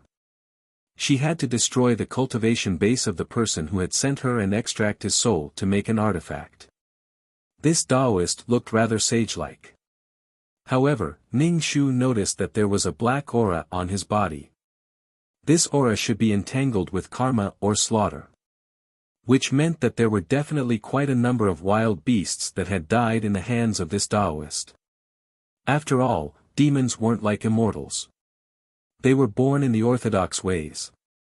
Once a demon appeared, they had to be subdued. The Taoist ignored Ning Shu. Even if he was a demon, he still had to wait for him to collect the ginseng. Thus, the Taoist chased in the direction where the ginseng escaped. There was a red string in his hand, guiding the Taoist towards the direction where the ginseng escaped to. Ning Shu also followed the Taoist. When he saw the Taoist tighten his grip on the red string in his hand, the parkour carrot who was running in front stopped in its tracks and tried to escape with all its might. However, it was tied up by the red string. The little carrot was so anxious that it was about to cry. In the end, it was still caught by the Taoist. Ning Shu immediately stood in front of the Taoist and said, "Everyone who saw it has a share. This ginseng will be split in half." Ning Shu's words scared the crying carrot to the point that it choked and kept burping. The Taoist coldly looked at Ning Shu. "I originally didn't want to bicker with you, but you actually want to snatch something from me. Evil creature, surrender yourself." Ning Shu flicked his finger and countless peach blossom petals flew towards the Taoist like sharp weapons. The Taoist coldly snorted and dodged the petals that filled the sky. However, the Taoist's robe was cut by the petals. The Taoist looked at his own robe with a serious expression. What kind of demon was this? Peach blossom demon. Ning Shu raised his head and looked at the dark clouds in the sky. She did not warn the Taoist when she attacked, which meant that the Taoist's level was the same as hers. This Taoist had been killing monsters in the mountains all year round. Even if he was killed by a demon, it would be normal. Those who kill, will be killed by others. Ning Shu knew that if he killed people, there might be a day where he would die in the hands of others. If he did not want to die, he could only work hard to increase his own strength. Sensing this, Ning Shu was completely at ease. Perhaps, he would be able to settle this grudge. Ning Shu cracked open his mouth and laughed. Ning Shu directly said, "Hand the ginseng over to me." The Taoist coldly laughed, and directly placed the little carrot into his bag. Ning Shu flicked his finger, and the densely packed petals that filled the sky flew towards the Taoist. The fluttering petals looked extremely romantic and beautiful, but every single petal was filled with killing intent. The Taoist held onto his horsetail whisk and waved away the petals. Ning Shu walked over, and directly snatched the Taoist's bag. When he opened it, the little carrot jumped out, and ran away without a trace. Furthermore, there were quite a few things in the bag, for example, snake gallbladder, bear gallbladder, and even glossy fur. He reckoned that the Taoist had killed quite a number of old monsters in the mountains. On the other hand, when he saw the ginseng that he had been chasing for a long time running away, he was so angry that his eyes turned red. He immediately chanted the Taoist's exorcism talisman, and took out the talisman and sent it towards Ning Shu.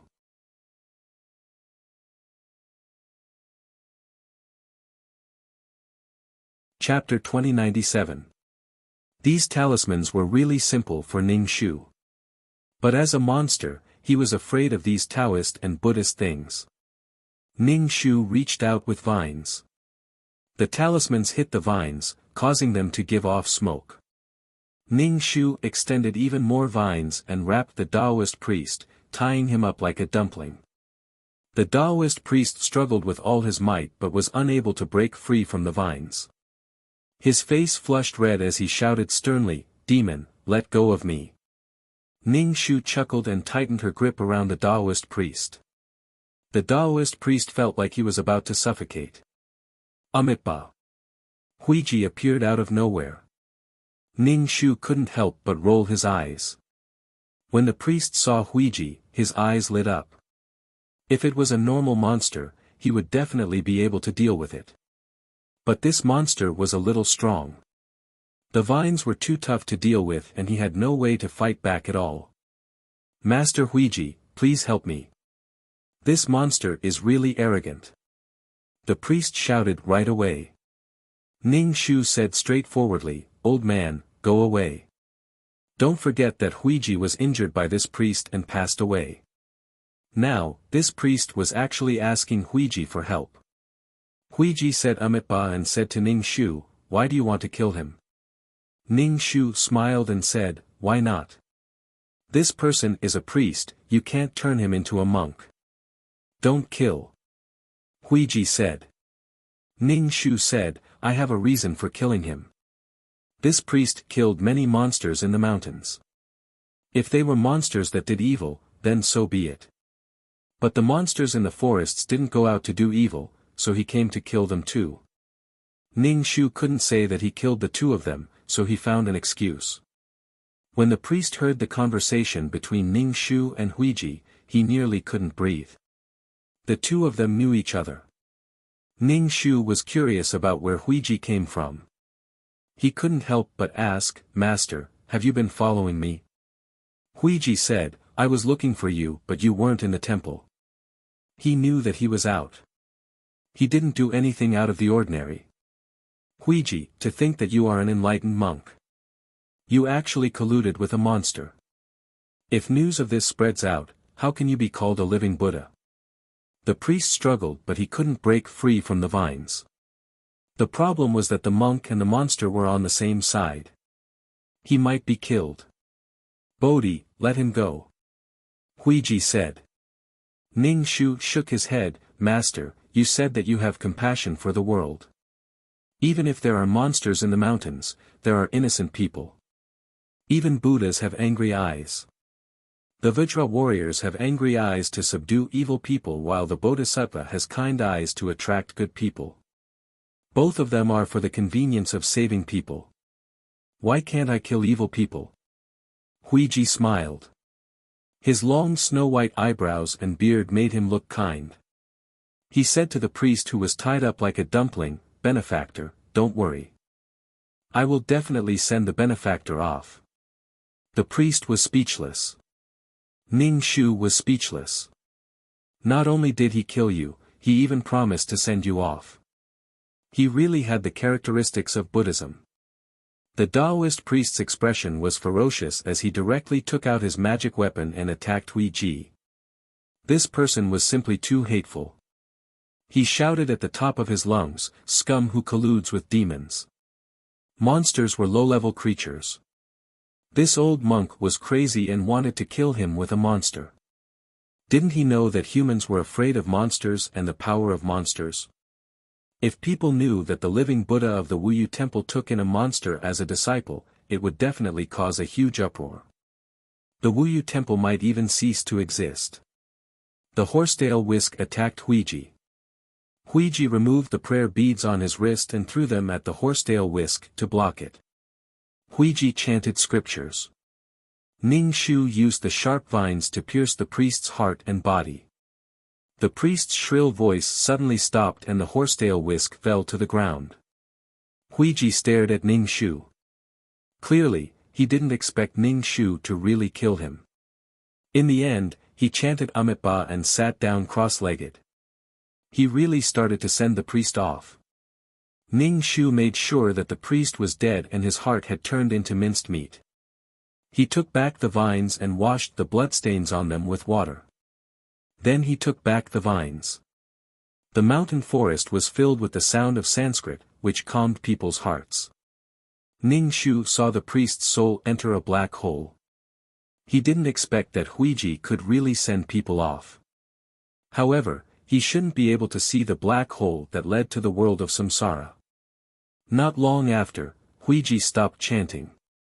When he stood up, he swayed. Perhaps, his legs were numb. He was old after all. Huiji looked at Ning Shu sternly, "Don't kill people like this in the future." "Master, I met him on a narrow path. If I resisted, I would definitely be killed. Although I don't have snake gall or bear gall, I have peach blossom tears," Ning Shu said. Peach blossom tears were known as peach gum. It was naturally secreted by peach trees, or caused by external forces to cause wounds. Secreting peach gum was beneficial for wounds to heal. Peach gum could reduce wrinkles, rejuvenate the skin, treat acne and dark pits. It had the effect of nourishing one's complexion and skin care. It could stimulate saliva and quench thirst. It could also relieve the pain caused by postpartum dysentery. Especially a peach blossom demon that had turned into a spirit. This kind of thing was the dream of those nobles. Furthermore, peachwood itself was an item that could ward off evil spirits. Peachwood swords and the like had a certain damage value to demons and ghosts. She would be chopped into a sword. I'm not saying that you should kill people. It's just that you should have some reverence for life, Huiji the old monk said. From the corner of his eyes, he saw a sneaky radish. The radish that ran away now ran back. Ning Shu hooked his finger at the little radish that was running cool. The little radish bashfully walked in front of Ning Shu and thanked Ning Shu. Then, it endured the pain and pulled out a root from its body as a thank you gift. Ning Shu said indifferently, "Your life is only worth a root." Instead, it was the little radish that still chose the smallest root to pull out. The little radish's body stiffened. Then, it slowly found a large root and prepared to pull it out. Its eyes were brimming with tears, and it looked extremely pitiful. Ning Shu the old monk Huiji asked, "Master, do you want one to replenish your vitality?" Huiji's face congealed, "No need. Life and death are predestined. Don't be like this." Everyone had their own consciousness and thoughts. That was life. Even if it was a root, that was a body. It was a body of flesh and blood. Ning Shu gave a thumbs up, "Master's awareness is indeed high." Then, he said to the little radish, "All right, stop pulling. It hasn't been pulled out even after a long time." The little radish immediately stopped pulling. Ning Shu said with a smile, "Thank you for saving me. It's all right, it's just on the way." Ning Shu wanted to dig a hole to bury the Taoist priest's corpse. Furthermore, he wanted to bury it a little further away. If it was too close to the Wuyu temple, it might be related to the Wuyu temple.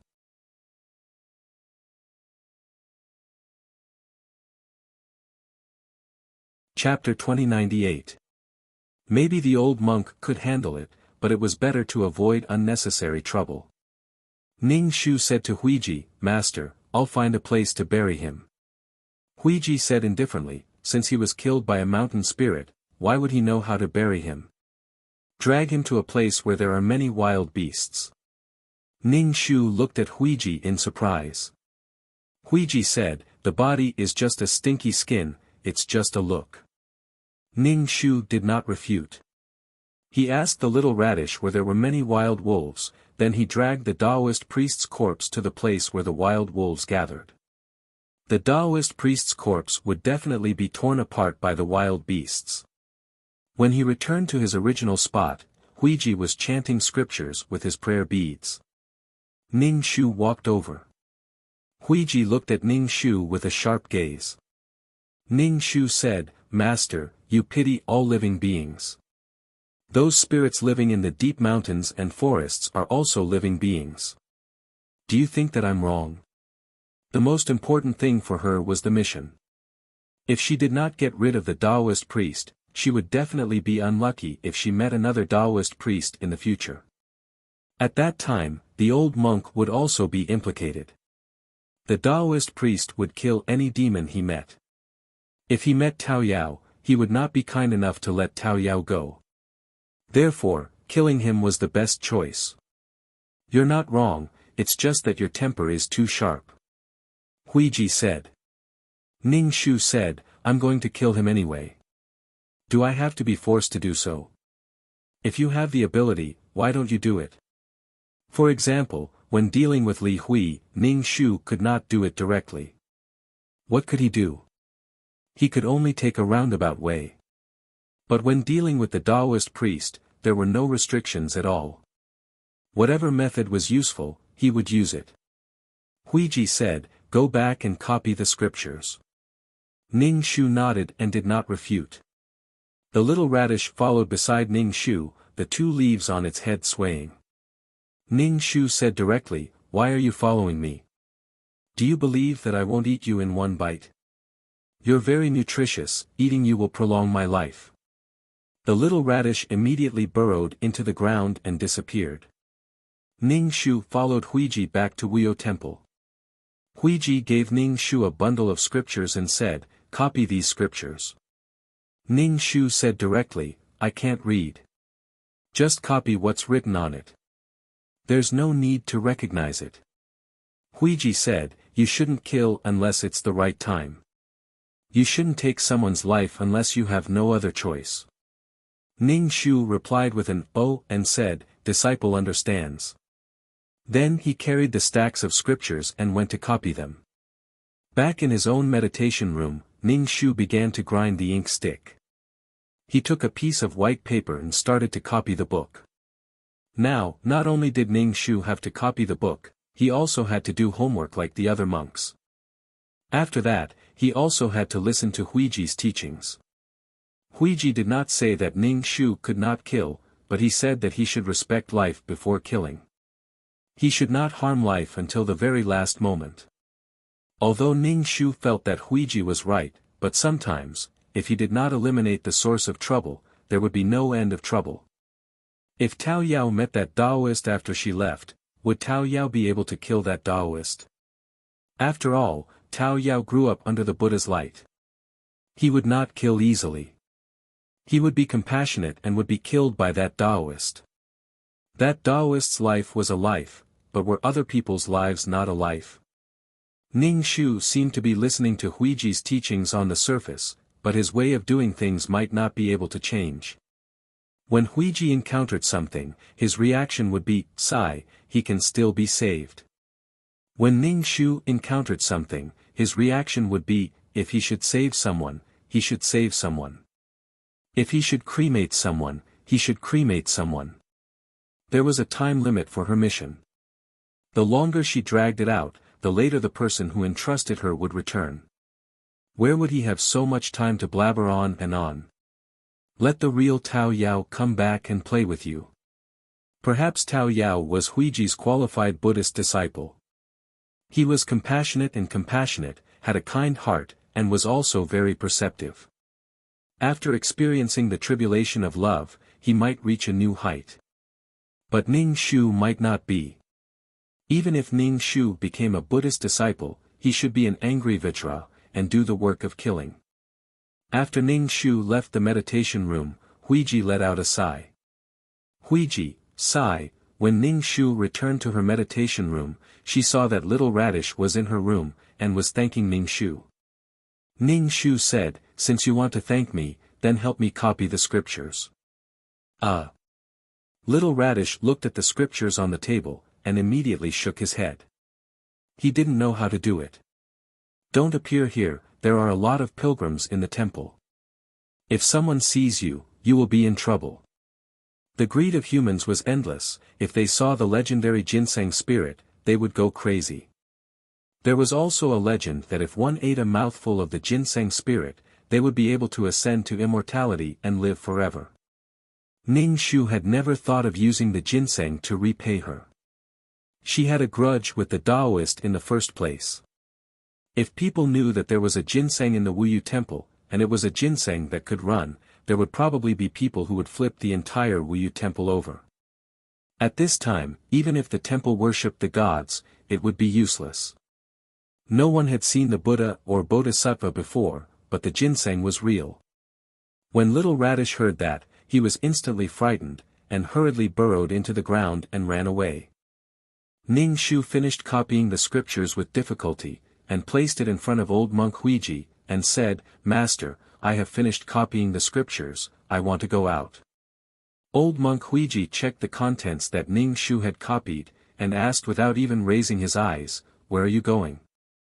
"Of course I am going out to see the ways of the world. I am going out to walk around, comprehend the Dharma, and purify evil people," Ning Shu said.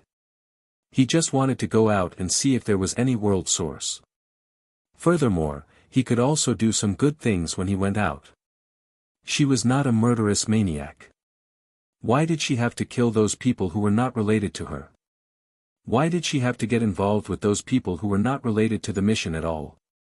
Looking at old monk Huiji's melancholy face, Ning Shu felt that he might not be able to go out for the time being. He kept feeling that old monk Huiji was looking at him as if he was looking at a dangerous person, as if he was looking at a bomb. Was he really that unreliable? You still need to study the Buddhist Dharma for a period of time.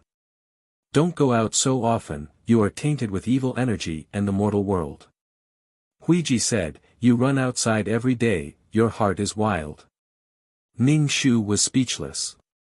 "Master, is your body okay? If you can't, I will carry you out to climb mountains, cross oceans, and eat delicacies." "How far have you walked in this life?" Ning Shu said. "I have been to many places. I have climbed mountains, crossed oceans, walked through deserts, and eaten delicacies. As a monk, I don't have a strong appetite," Huiji said calmly. Ning Shu gave a thumbs up. "Look, Master has been to so many places, but I haven't been to any of them. I can't die in peace. What you need to do now is to cultivate your mind and calm your heart. Don't you feel anything after killing someone?" Huiji asked Ning Shu. Ning Shu took a deep breath and said, "I killed him, so no other mountain spirits will die in his hands."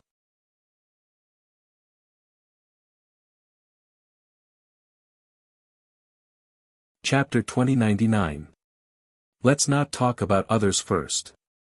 Let's not talk about the mountain spirits dying in his hands. Let's talk about how you took a life with a clear conscience.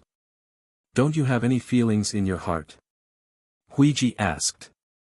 Ning Shu pursed her lips tightly and didn't say anything. "You really treat life as child's play. You don't feel anything after killing a person. You don't have any fear or guilt. You do what you have to do. What are you thinking?" Huiji was a little puzzled. How could the peach blossom demon, who had been in the Wuyo temple, have such a personality? Ning Shu asked in return, "If someone were to kill you, what would you do? Could it be that other people's lives are precious, but my life isn't?" Ning Shu didn't expect Huiji to interrogate her soul. What she did was for herself and for the person who entrusted her. "Master, this is a false proposition. You told me that all lives are precious, but what about mine?" Ning Shu asked in return. "Master, if I tell you that I'm very sad, very afraid, very vexed, and very guilty, will you not ask me these questions?" The main reason was that she was too calm after killing someone, so it made Huiji's master unhappy. We should be in awe of the passing of a life, but Ning Shu knew that everyone had a chance to start over. Only she and the thousands of mission takers did not. They repaired the holes in the plane, calmed the corrosion and damage caused by resentment to the heavenly Tao, and even the damage caused by people with too much providence to the plane. They didn't have a chance to start over. They could only charge forward with all their might. "Yes, you are too indifferent to life," Huiji said. Ning Shu thought for a moment and said, "Master, what do you think I should do?" "Recite the Rebirth Sutra to the deceased." Huiji was speechless. "Don't hurt others easily, and don't let others hurt you easily," Huiji said helplessly, don't go out for the time being. Cultivate your mind and get rid of the evil aura in your body. It will devour you sooner or later. Seeing Huiji's serious expression, Ning Shu quieted down and quietly struck the bell like a monk. He didn't know when he would be able to leave and find the source of the world. All he lacked was a water element source. He reckoned that there really was a ruthless aura in his body. It was better to get rid of it. Who knew when he would go berserk? When the old monk Huiji was preaching, Ning Shu was also listening attentively. After a while, Ning Shu's heart really calmed down. His heart had no desires and was very calm. Ning Shu still said to Huiji, "Master, do you think I can go out now?" Huiji was speechless. "Why do you want to run outside every day?" It was worrying. "Go." Huiji waved his hand. Ning Shu stretched out his fair and tender hand. Huiji didn't say anything. Ning Shu said, "Master, give me an alms bowl." If he didn't give it to him, how was he going to beg for food? No, beg for alms. Huiji took out an alms bowl and gave it to Ning Shu. Ning Shu turned the alms bowl over and over. "Is it new or the one from last time?" "The one from last time," Huiji said. Ning Shu was surprised. "Master, you're actually keeping my alms bowl. What kind of fetish was this?" Huiji opened the cabinet. There were many alms bowls inside. They were all from the temple and there were words engraved at the bottom of the bowls. Ning Shu was speechless. It was probably because when a monk from the temple went down the mountain, he would report to Huiji and then be given an alms bowl. This alms bowl recorded the entire journey of a monk when he went down the mountain, Huiji said. So awesome. Video camera. Ning Shu looked at his alms bowl over and over again. Was there something special on it? Ning Shu couldn't be bothered to think about it. He said goodbye to Huiji and went down the mountain. When he went down the mountain, he turned into an old monk and passed by Li Hui's house. Li Hui's situation was worse than he had imagined. He was controlled by his wife. Even if he wanted to eat, he had to get the landlord's daughter's permission. If not, there wouldn't be anything good to eat. Li Hui had wanted to show his authority but under the landlord's daughter's control, Li Hui couldn't resist at all. He lived like a dog. If he wanted to eat something good, he had to ask for it from the landlord's daughter. At night, he even had to suffer the landlord's daughters. Ning Shu saw that the landlord's daughter was even fatter than before. Her face was rosy. It seemed like she was living a very comfortable life. In this era, it was impossible for a woman not to get married. The landlord's daughter chose Li Hui and controlled him. Which woman was so comfortable? She didn't have to do anything. Who asked her to have so much dowry? This made Li Hui helpless. Who asked her to have so much dowry? It wasn't that the landlord's daughter didn't let Li Hui continue to take the exam. The premise was that she had to follow him. Otherwise, if Li Hui went out, he would be seduced by some vixen. There were many stories in which scholars who crossed mountains and valleys met beautiful women or demons in rundown temples and inns. The landlord's daughter clearly knew where her disadvantage was, so she could only tightly control Li Hui in her hands. When Li Hui heard that this fat woman wanted to go to the capital with him for the exam, his face turned green. He never talked about going to the capital for the exam again. He never talked about going to the capital for the exam again. Moreover, the exam was a very difficult thing. Li Hui's mind was already very vague about the knowledge. He couldn't pass the exam at all. Anyway, life was like this. Moreover, the landlord's daughter was a little disdainful that Li Hui didn't know how to do anything. Of course, she also didn't know how to do anything. But who asked her to have so much dowry? Li Hui could only rely on the landlord's daughter now because his brother and sister-in-law had already separated. It was Li Hui's sister-in-law who cried and made a fuss about separating. Anyway, Li Hui was already married and could separate. In addition, his sister-in-law was pregnant and used this as a threat. In the end, they had no choice but to separate. His sister-in-law really didn't like Li Hui, especially now that the landlord's daughter didn't do anything. She had to serve another person. Moreover, she was pregnant. After so many years, she finally got pregnant and still had to serve another person. It was simply killing her and she couldn't live anymore. When they separated, Li Hui was only given one house, which made the landlord's daughter feel very uncomfortable. Then, she moved back to her mother's house and even dragged her husband back to her mother's house. So in a sense, Li Hui married into her family. Ning Shu just smiled and then went around begging for alms. He walked around and searched for the source of the world. He went to many places and he even went to places with ghosts or strange scenes. Since there was the source of the world, then there was definitely something strange. Ning Shu went to many places but he didn't find the source of the world. Instead, he carried some silver back to the Wuyu temple. Huiji looked at the silver and was a little speechless. How did you do it? Based on what Master said, to purify the world. Sometimes, when I see ghosts with heavy grievances, I will purify them. But people forced me to give money. I said that it was the blessing of Buddha but they forced it on me. They said that it was money for incense.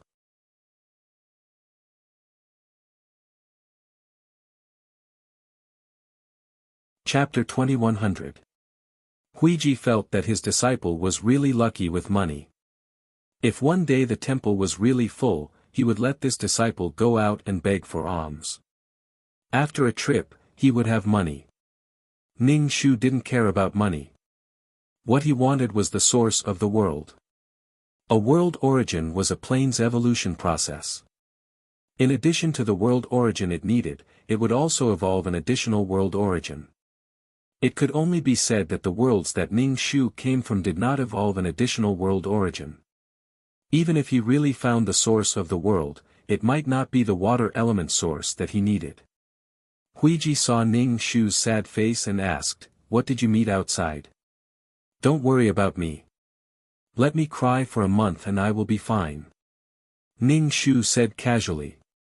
This was the side effect of not finding the source of the world. He would be fine after a while. Huiji was speechless. "Then go back to your room and cry. Leave some silver with you." Huiji kept some silver. He probably saw that Ning Shu was too disappointed and gave Ning Shu some silver. Ning Shu looked at the fingernail-sized silver and was speechless. It couldn't comfort her at all. She brought back so much silver and he gave her the smallest one. Why was Huiji so greedy? Monks couldn't be greedy. Ning Shu said, "Master, you have broken the precepts. You are greedy." "What?" Huiji asked. "Monks should treat money like dirt. Even their bodies are stinky, so why would they care about gold and silver?" Ning Shu said. "You are narrow-minded. Money has its uses, so why do you treat it like dirt?" The old monk said, "Every month, Wuyo Temple gives out porridge 3 times. This money is enough to buy some food." So that was the case. It's better to teach a man to fish than to give him a fish. Even if they didn't give out the porridge frequently, some lazy people would still mix in. Wuyu Temple only gives out porridge to orphans or refugees. Did the food from Wuyu Temple fall from the sky? Of course, it was for those who truly needed it. So there are rules in the temple. Ning Shu sighed. He didn't take the money Huiji gave him and said, "Use this to buy 2 more caddies of food." She didn't need money at all. Ning Shu felt that he had transcended to another realm. He didn't care much about money. Huiji didn't stand on ceremony. He directly took Ning Shu's silver and placed it in the cabinet. Ning Shu said, "Master, with your fame, if you go out to catch ghosts, chant scriptures, and do religious ceremonies, you will definitely make a lot of money. Sometimes things aren't that simple. The royal family often comes here." Huiji said. With his status, he couldn't casually go out to catch ghosts, chant scriptures, or perform religious ceremonies. If it was when he was young, it would be fine. But now, Huiji felt that his body wasn't very good. He might pass away at any time. Ning Shu nodded. Huiji walked the high-end route and served the royal family. If he went out to do religious ceremonies and chant scriptures every day, wouldn't that be lowering his status? What would the emperor think? What would the royal family think? What would the nobles think? In the mortal world, there were things that had to be done. They had to abide by the rules and live better under the rules. They could better seek benefits for themselves and the world. Ning Shu gave a thumbs up and said to Huiji, "Master is really a Buddha." Huiji played with the Buddha beads. He didn't have any expression at Ning Shu's praise. He said, "Go back and wash up well to get rid of the aura of the mortal world. Also, the world likes beautiful skin. Your appearance is beautiful. There will be nobles from the royal family here. Your appearance will attract some people's attention." "Turn into a monk," Huiji said. "Ning Shu, turn into a monk." "I don't, I just like this beautiful skin. I'm a vulgar person. I like beautiful skin. This skin will attract bees and butterflies," Huiji said. Ning Shu rolled his eyes and suddenly said, "Hey, master, from what you said, I feel that you seem to be very experienced." Ning Shu had seen Huiji when he was young. He had a round head because of his delicate appearance. Wasn't Huiji once held hostage by a man who liked young children? She was the one who saved him. After growing up, Huiji should also be a peerless monk. Wasn't there a love story between a princess and a monk? Could it be that Huiji had been through the blue sea and couldn't be water? When Huiji saw Ning Shu's imaginative expression, his eyebrows immediately twitched. He said calmly, "When I was young, there were some young ladies and madams who liked to talk to me about scriptures." Ning Shu exclaimed and said, "Not only young ladies and madams, but also men, right?" In ancient times, being a homosexual was a trend. It was normal for nobles and scholars to have male companions. Even though monk Huiji was old, he was still very handsome and had a special temperament. When he was young, he must have been an ascetic, religious, and peerless monk. It must have made those men who pursued fashion drool. She didn't know if Huiji had suffered before. Huiji was speechless. This child was so worrisome. She wasn't even as interested as listening to these things and learning Buddhist scriptures. Especially when she was sizing him up, her eyes were green and he didn't know what she was thinking. "Transform into a monk," Huiji said. "After a period of time, there will be nobles coming from the palace.